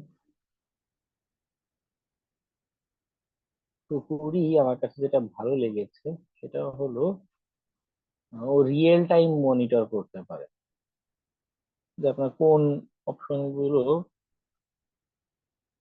কোথায় গেল, এই যে এটা রিয়েল টাইম মনিটর করে দেখা যাবে কোন ফাইলটা ইনফেক্ট হয়েছে, এই মুহূর্তে কোনটা ইনফেক্ট হয়েছে। ওকে, এবং ওর এখানে ম্যালওয়্যার যদি পায় ডিলিটের অপশন দেখাবে, আমাদের ড্যাশবোর্ডে শো করে, ডিলিটে ক্লিক করব ডিলিট হয়ে যাবে, ম্যালওয়্যার গুলো রিমুভ হয়ে যাবে, চলে যাবে। আরো কিছু অপশন আছে এক্ষেত্রে, এক্সট্রা ক্লায়েন্ট থেকে চার্জ করতে পারেন। সেটা হচ্ছে যে তোমার, বা কেউ কেউ প্রজেক্ট বা গিগের সাথে ইনক্লুড রাখে যে আমি ম্যালওয়্যার রিমুভও করবো, সাথে সাথে তোমার সাইটে প্রোটেকশন বাড়ানোর কাজগুলো করে দিব। যেটা হয় যে ফায়ারওয়াল বা ম্যানেজ ফায়ারওয়াল, সুপুরিতেও অনেকটা সেম। এই জায়গাগুলোতে কিছু রুলস রেগুলেশন আপনি অ্যাড করতে পারেন, যেমন এই যে একটু ব্রুট ফোর্সের কথা বলছিল, ব্রুট ফোর্স প্রোটেকশন কতগুলো জন্য আটকাবে বা কি কি করবে, এরকম বিভিন্ন কনফিগারেশন আছে ফায়ারওয়াল অপশন আছে। ওকে, সবই ইংরেজিতে লেখা, একটু দেখলেই বুঝে যাবেন যে আসলে কি বলছে। রেট লিমিটিং এখানে বলা, কতগুলো রিকোয়েস্ট অ্যাকসেপ্ট করবে বা না করবে না, রুলস বলা আর কি। হ্যাঁ, কি কি ভাবে রিয়েক্ট করবে সেই রুলস বলা। তো ক্লায়েন্টকে চার্জ করতে পারেন যে আমি তোমার ম্যালওয়্যার রিমুভ করে দিব, পাশাপাশি তোমার সাইটের প্রোটেকশন বাড়ানোর কাজও আমি করে দিব বা কনফিগার করে দিব। প্লাগইন বা কিছুর জন্য যদি পেমেন্ট লাগে সেটাও ক্লায়েন্টের সাথে কথা বলে নেবেন, তোমার এটার জন্য এই পরিমাণ প্রিমিয়াম নিতে হবে বা এটা করতে হবে। বা সে যদি দিতে না চায়, আপনি এমন ভাবে প্রজেক্টে চার্জ করবেন যেন ওয়ার্ডফ্রেন্স বা সুপুরি প্রিমিয়াম বা অন্য কোনো প্লাগইন যদি নিতে চান, সেই প্লাগইনের প্রিমিয়ামের কস্ট যেন আপনার ওই চার্জের ভিতরে ইনক্লুড থাকে। ওকে, যেভাবে হোক আপনি বুঝবেন, একটু কয়েকদিন ট্রাই করলে আপনারা বুঝবেন কি সিস্টেমে করা যায়। তো এই অংশটা সহজ, জাস্ট প্লাগইন, যেহেতু ওয়ার্ডপ্রেসের আমার অ্যাক্সেস আছে, প্লাগইনটা ডাউনলোড করে রান করলেই আমার ম্যালওয়্যার গুলো রিমুভ হয়ে যায়। তো সেকেন্ড যে সিনারিও বলছিলাম, আমার ওয়ার্ডপ্রেস ড্যাশবোর্ডে কোনো অ্যাক্সেস নেই, শুধু প্যানেলের অ্যাক্সেস আছে। ওই জায়গাতে ম্যানুয়ালি প্রোগ্রামিং ফাইলগুলো ধরতে হয়।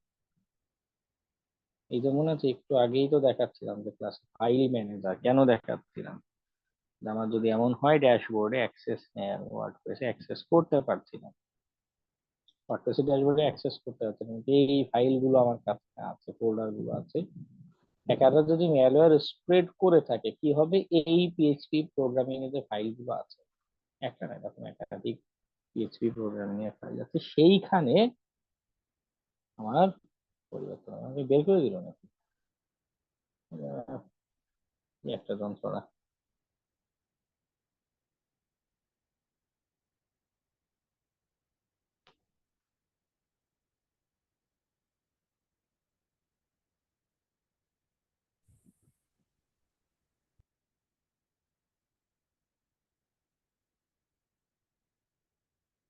না, সে বের করে দিয়েছে, আমি এখান থেকে দেখাই।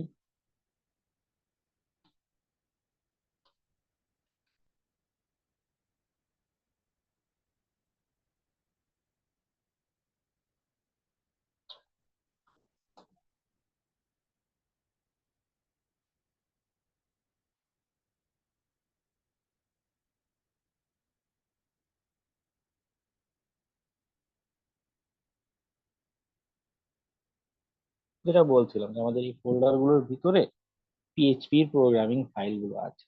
কোনো কোনো সি প্যানেলে মানে এখানে পিএইচপি ফাইল ওপেন করলে আপনার ইডি মানে ভিউয়ার থাকে, সেখানে শো করতে পারে। আর যদি না হয় সেক্ষেত্রে এই প্রোগ্রামিং বা ডব্লিউপি যে ফাইল ফোল্ডার গুলো আছে সেগুলো ডাউনলোড করে লোকালি আমাদের কম্পিউটারে রান করতে হবে। মানে ওই রান মানে এই রান না, যে এক্সিকিউট করতে হবে, এটা ওপেন করে চেক করতে হবে। তো সেক্ষেত্রে আমরা চেকের জন্য কোন ধরনের ফাইলকে ফোকাস করবো, কি চেক করবো আসলে, চেকটা করবো ওয়ার্ডপ্রেস।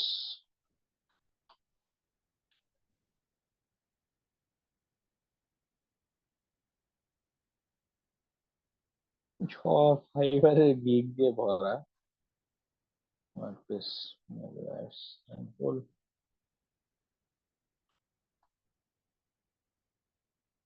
এই যে এটা একটা,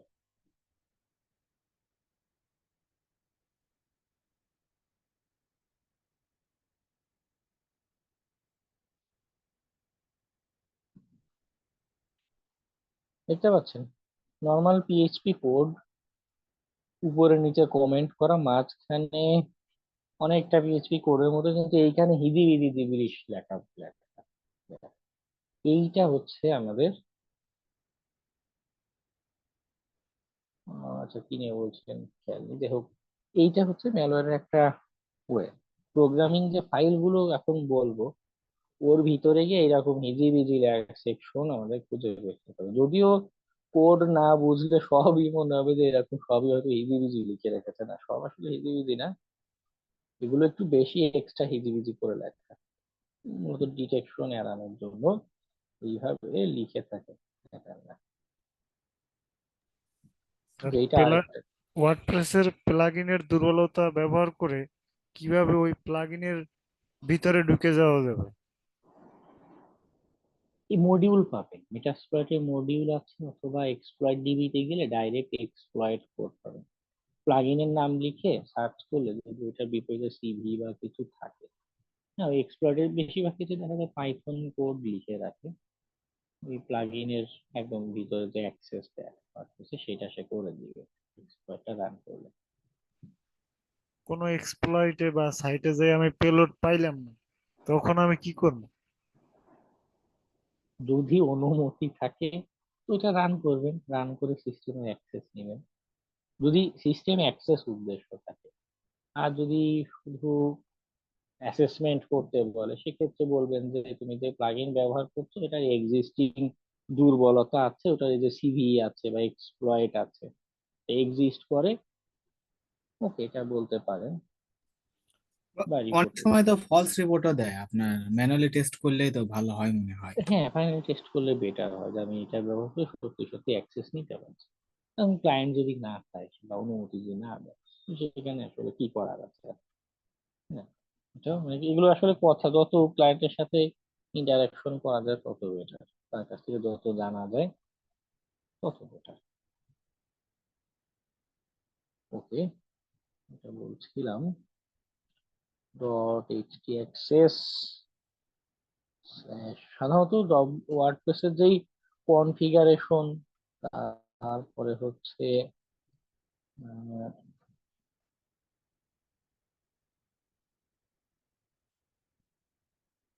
এটা একটা অ্যাডমিন সংক্রান্ত যা পিএইচপি ফাইল পাবেন, অ্যাডমিন,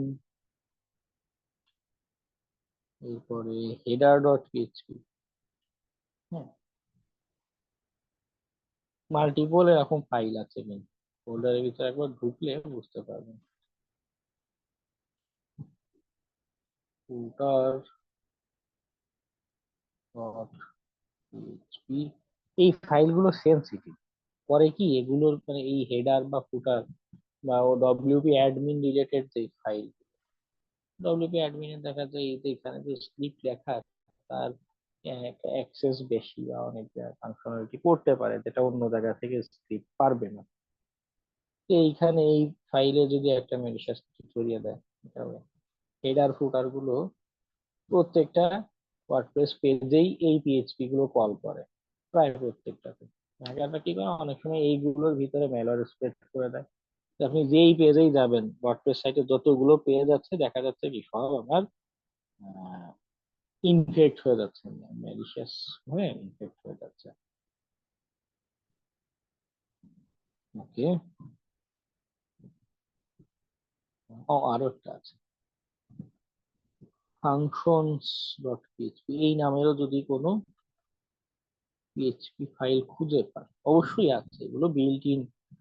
এটা কি করবেন, ফাইলটা ওপেন করবেন। আমি যত সহজে বলছি আমি জানি এত সহজ প্রসিডিউর কিন্তু না। ওকে, ম্যানুয়ালি ওপেন করবেন, ফাইল রিড করতে হবে যে এরকম হিজিবিজি কিছু পান কিনা। ওকে, সেটা থ্রুতে দেখা যাচ্ছে আমার ম্যালওয়্যার স্প্রেড করতে পারে। এরপরে ফাংশনস এর পরে আরেকটা হচ্ছে ডব্লিউপি ইনক্লুডস।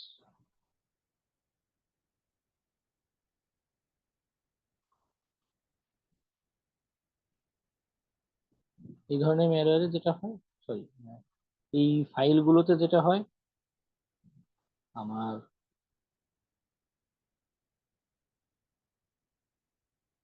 অনেকটা ফোল্ডারের মতো কাজ করে, আমার দাদা আছে রিসোর্স গুলো এখানে স্টোর করে থাকে। এরপর আরো কিছু ফাইল আছে।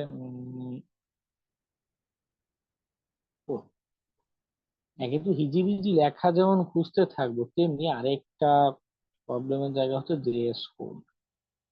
মোস্ট অফ দ্য টাইম, বা যদি জেএস কোডটা বিশেষ করে আমরা ডাটাবেজের ভিতরে মনে করুন ডাটাবেজে কোনো এন্ট্রি আছে, কোনো একটা পিএইচপি ফাইল বা এন্ট্রি আছে, সেইখানে জাভাস্ক্রিপ্ট যদি ইনজেক্ট করা থাকে কোনো জেএস কোড খুঁজে পাই, সেটাকে সন্দেহ করতে পাই। কারণ আমরা নিজেরাই এক্সএসএস পেলোডের সময় দেখেছিলাম না, স্টোরড এক্সএসএস যে স্কোর দিচ্ছি সেভ হচ্ছে কোথায়, ডাটাবেজে টমেন্টে দিয়েছি, ডাটাবেজে সেভ হয়ে আছে। হ্যাকাররা অনেক সময় এরকম ম্যালিশিয়াস স্ক্রিপ্ট যুক্ত করে দিতে পারে, দেখা গেল সেটা ডাটাবেজে গিয়ে বসে আছে। আচ্ছা, আরেকটা আছে প্লাগইন এর জন্য একটা ফোল্ডার আছে, প্লাগইনস ডট পিএইচপি, ওখানে যা দরকার নেই, তবে ট্রাই করতে পারেন যদি সময় থাকে বা যদি কোথাও ম্যালওয়্যার খুঁজে না পান। Plugins dot PHP. ওকে, আমি তো সহজে বলে দিলাম অভিজ্ঞতা থেকে যে এই ফাইলগুলো সেনসিটিভ, এখানে চেক করতে পারেন, কিন্তু বাস্তবে ম্যানুয়ালি খুঁজতে গেলে বুঝবেন যে এটা কত ধানে কত চাল। এটা সময় সাপেক্ষ বিষয়, কারণ ম্যানুয়ালি কোড দেখে দেখে আপনি খুঁজছেন যে কোথায় এই ধরনের বা এরকম কোড লেখা আছে, ওই অংশটা রিমুভ করে দিলে আমার ম্যালওয়্যারটা রিমুভ হয়ে যায় সাইট থেকে। ওকে, এটা গেল আমাদের ম্যানুয়াল অ্যাপ্রোচ। আর যদি কোনো অ্যাক্সেসই না থাকে, অ্যাক্সেস যদি না থাকে, সেক্ষেত্রে আমাদের নিজেরাই হ্যাকিং এ ট্রাই করতে হবে, আচ্ছা আর কোনো উইকনেস আছে কিনা সেটা থ্রুতে আমি সিস্টেমের অ্যাক্সেস নিতে পারি কিনা। ওকে, সিস্টেমের অ্যাক্সেসই যদি না পাই, আমি ম্যালওয়্যার রিমুভ করবো কি, দেখেন যে ফাইলগুলো এগুলো তো এডিট করে আমাকে এখানে আপলোড করতে হবে, অথবা প্যানেলে যেখানে আমার এই ফাইলগুলো আছে লগ ইন করতে হবে, প্যানেলে এখানে ফাইলগুলো আছে, এখানেই যদি এডিট করে আমি রেখে দিই, আমার তো অ্যাক্সেস লাগবে, মিনিমাম একটা অ্যাক্সেস। দরকার।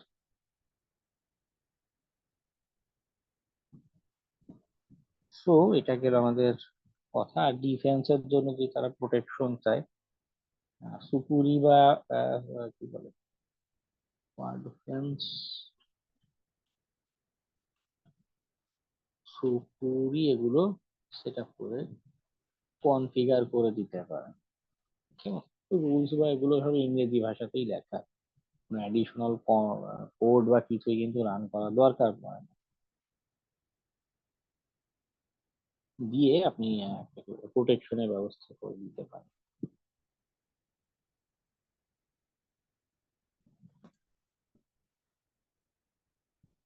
স্যার হোস্টিং এর সার্ভার তো পুরোটাই আলাদা থাকে, আর ওয়ার্ডপ্রেস এর যে অ্যাডমিন প্যানেলটা ওইটা থাকে আলাদা। যদি ওয়ার্ডপ্রেস এর অ্যাডমিনটাও কেউ নিয়ে চলে যায়, হোস্টিং এর ওখান থেকে যে ব্যাকআপ যে সিস্টেমটা আছে, ব্যাকআপে আবার রিস্টোর করা যায়। আবার ওখান থেকে হোস্টিং তো আর অ্যাক্সেস নিতে পারে না হ্যাকাররা। হোস্টিং এ যে অ্যাকাউন্ট আছে, এখানেও তো আমাদের একটা অ্যাকাউন্ট দেয় না, একটা লগ ইন পাসওয়ার্ড দিচ্ছে, একটা অ্যাকাউন্ট দিচ্ছে, বা ও তো নিজেও একটা আস্ত একটা সার্ভার, তাই না? যেখানে আমি হোস্ট করতে, সে নিজে একটা সার্ভার, অথবা তার একটা ক্রেডেনশিয়াল আমাদের ইউজার নেম পাসওয়ার্ড ব্যবহার করতে হতো। যদি এইটাও কম্প্রোমাইজ হয়ে যায়, তো এইটাও সে পাল্টে দিয়েছে অ্যাক্সেস করে, তো সেখানে আসলে ওয়ার্স্ট কেস সিনারিও। যদিও আলাদা ছিল বা আলাদা অ্যাক্সেস, তারপরও সব নিয়ে চলে গিয়েছে, নিয়ে তারপরে ম্যালওয়্যার স্প্রেড করা শুরু করেছে।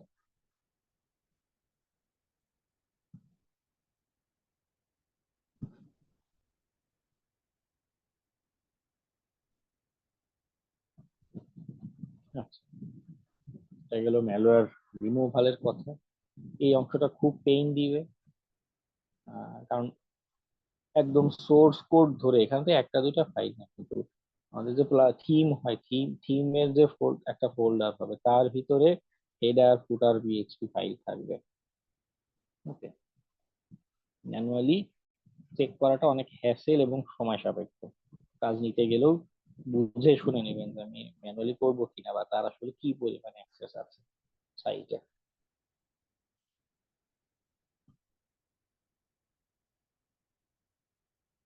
ঠিক আছে, এগুলো আমাদের ওয়ার্ডপ্রেস নিয়ে কথা, ওয়ার্ডপ্রেস এর স্ক্যানিং নিয়ে কথা। আচ্ছা, আমি টুলসে তো বলেছি ইউপিভি এর কাজ করবে। আর এরপরে ম্যালওয়্যার রিমুভাল নিয়ে বললাম যে আমরা কয়েকটা সিনারিও ফেস করতে পারি। একটাতে সবচেয়ে ভালোটাতে অটোমেটেড প্লাগইন ব্যবহার করতে পারি, সেকেন্ড ওয়ার্স্ট কেস সিনারিওতে ম্যানুয়ালি অ্যাপ্রোচ করতে হবে, থার্ড ও ওয়ার্স্ট কেসে কি হচ্ছে, পুরো সার্ভার সাইড ধরে আমাকে আবার হ্যাক করতে হবে, অ্যাক্সেস দিতে হবে।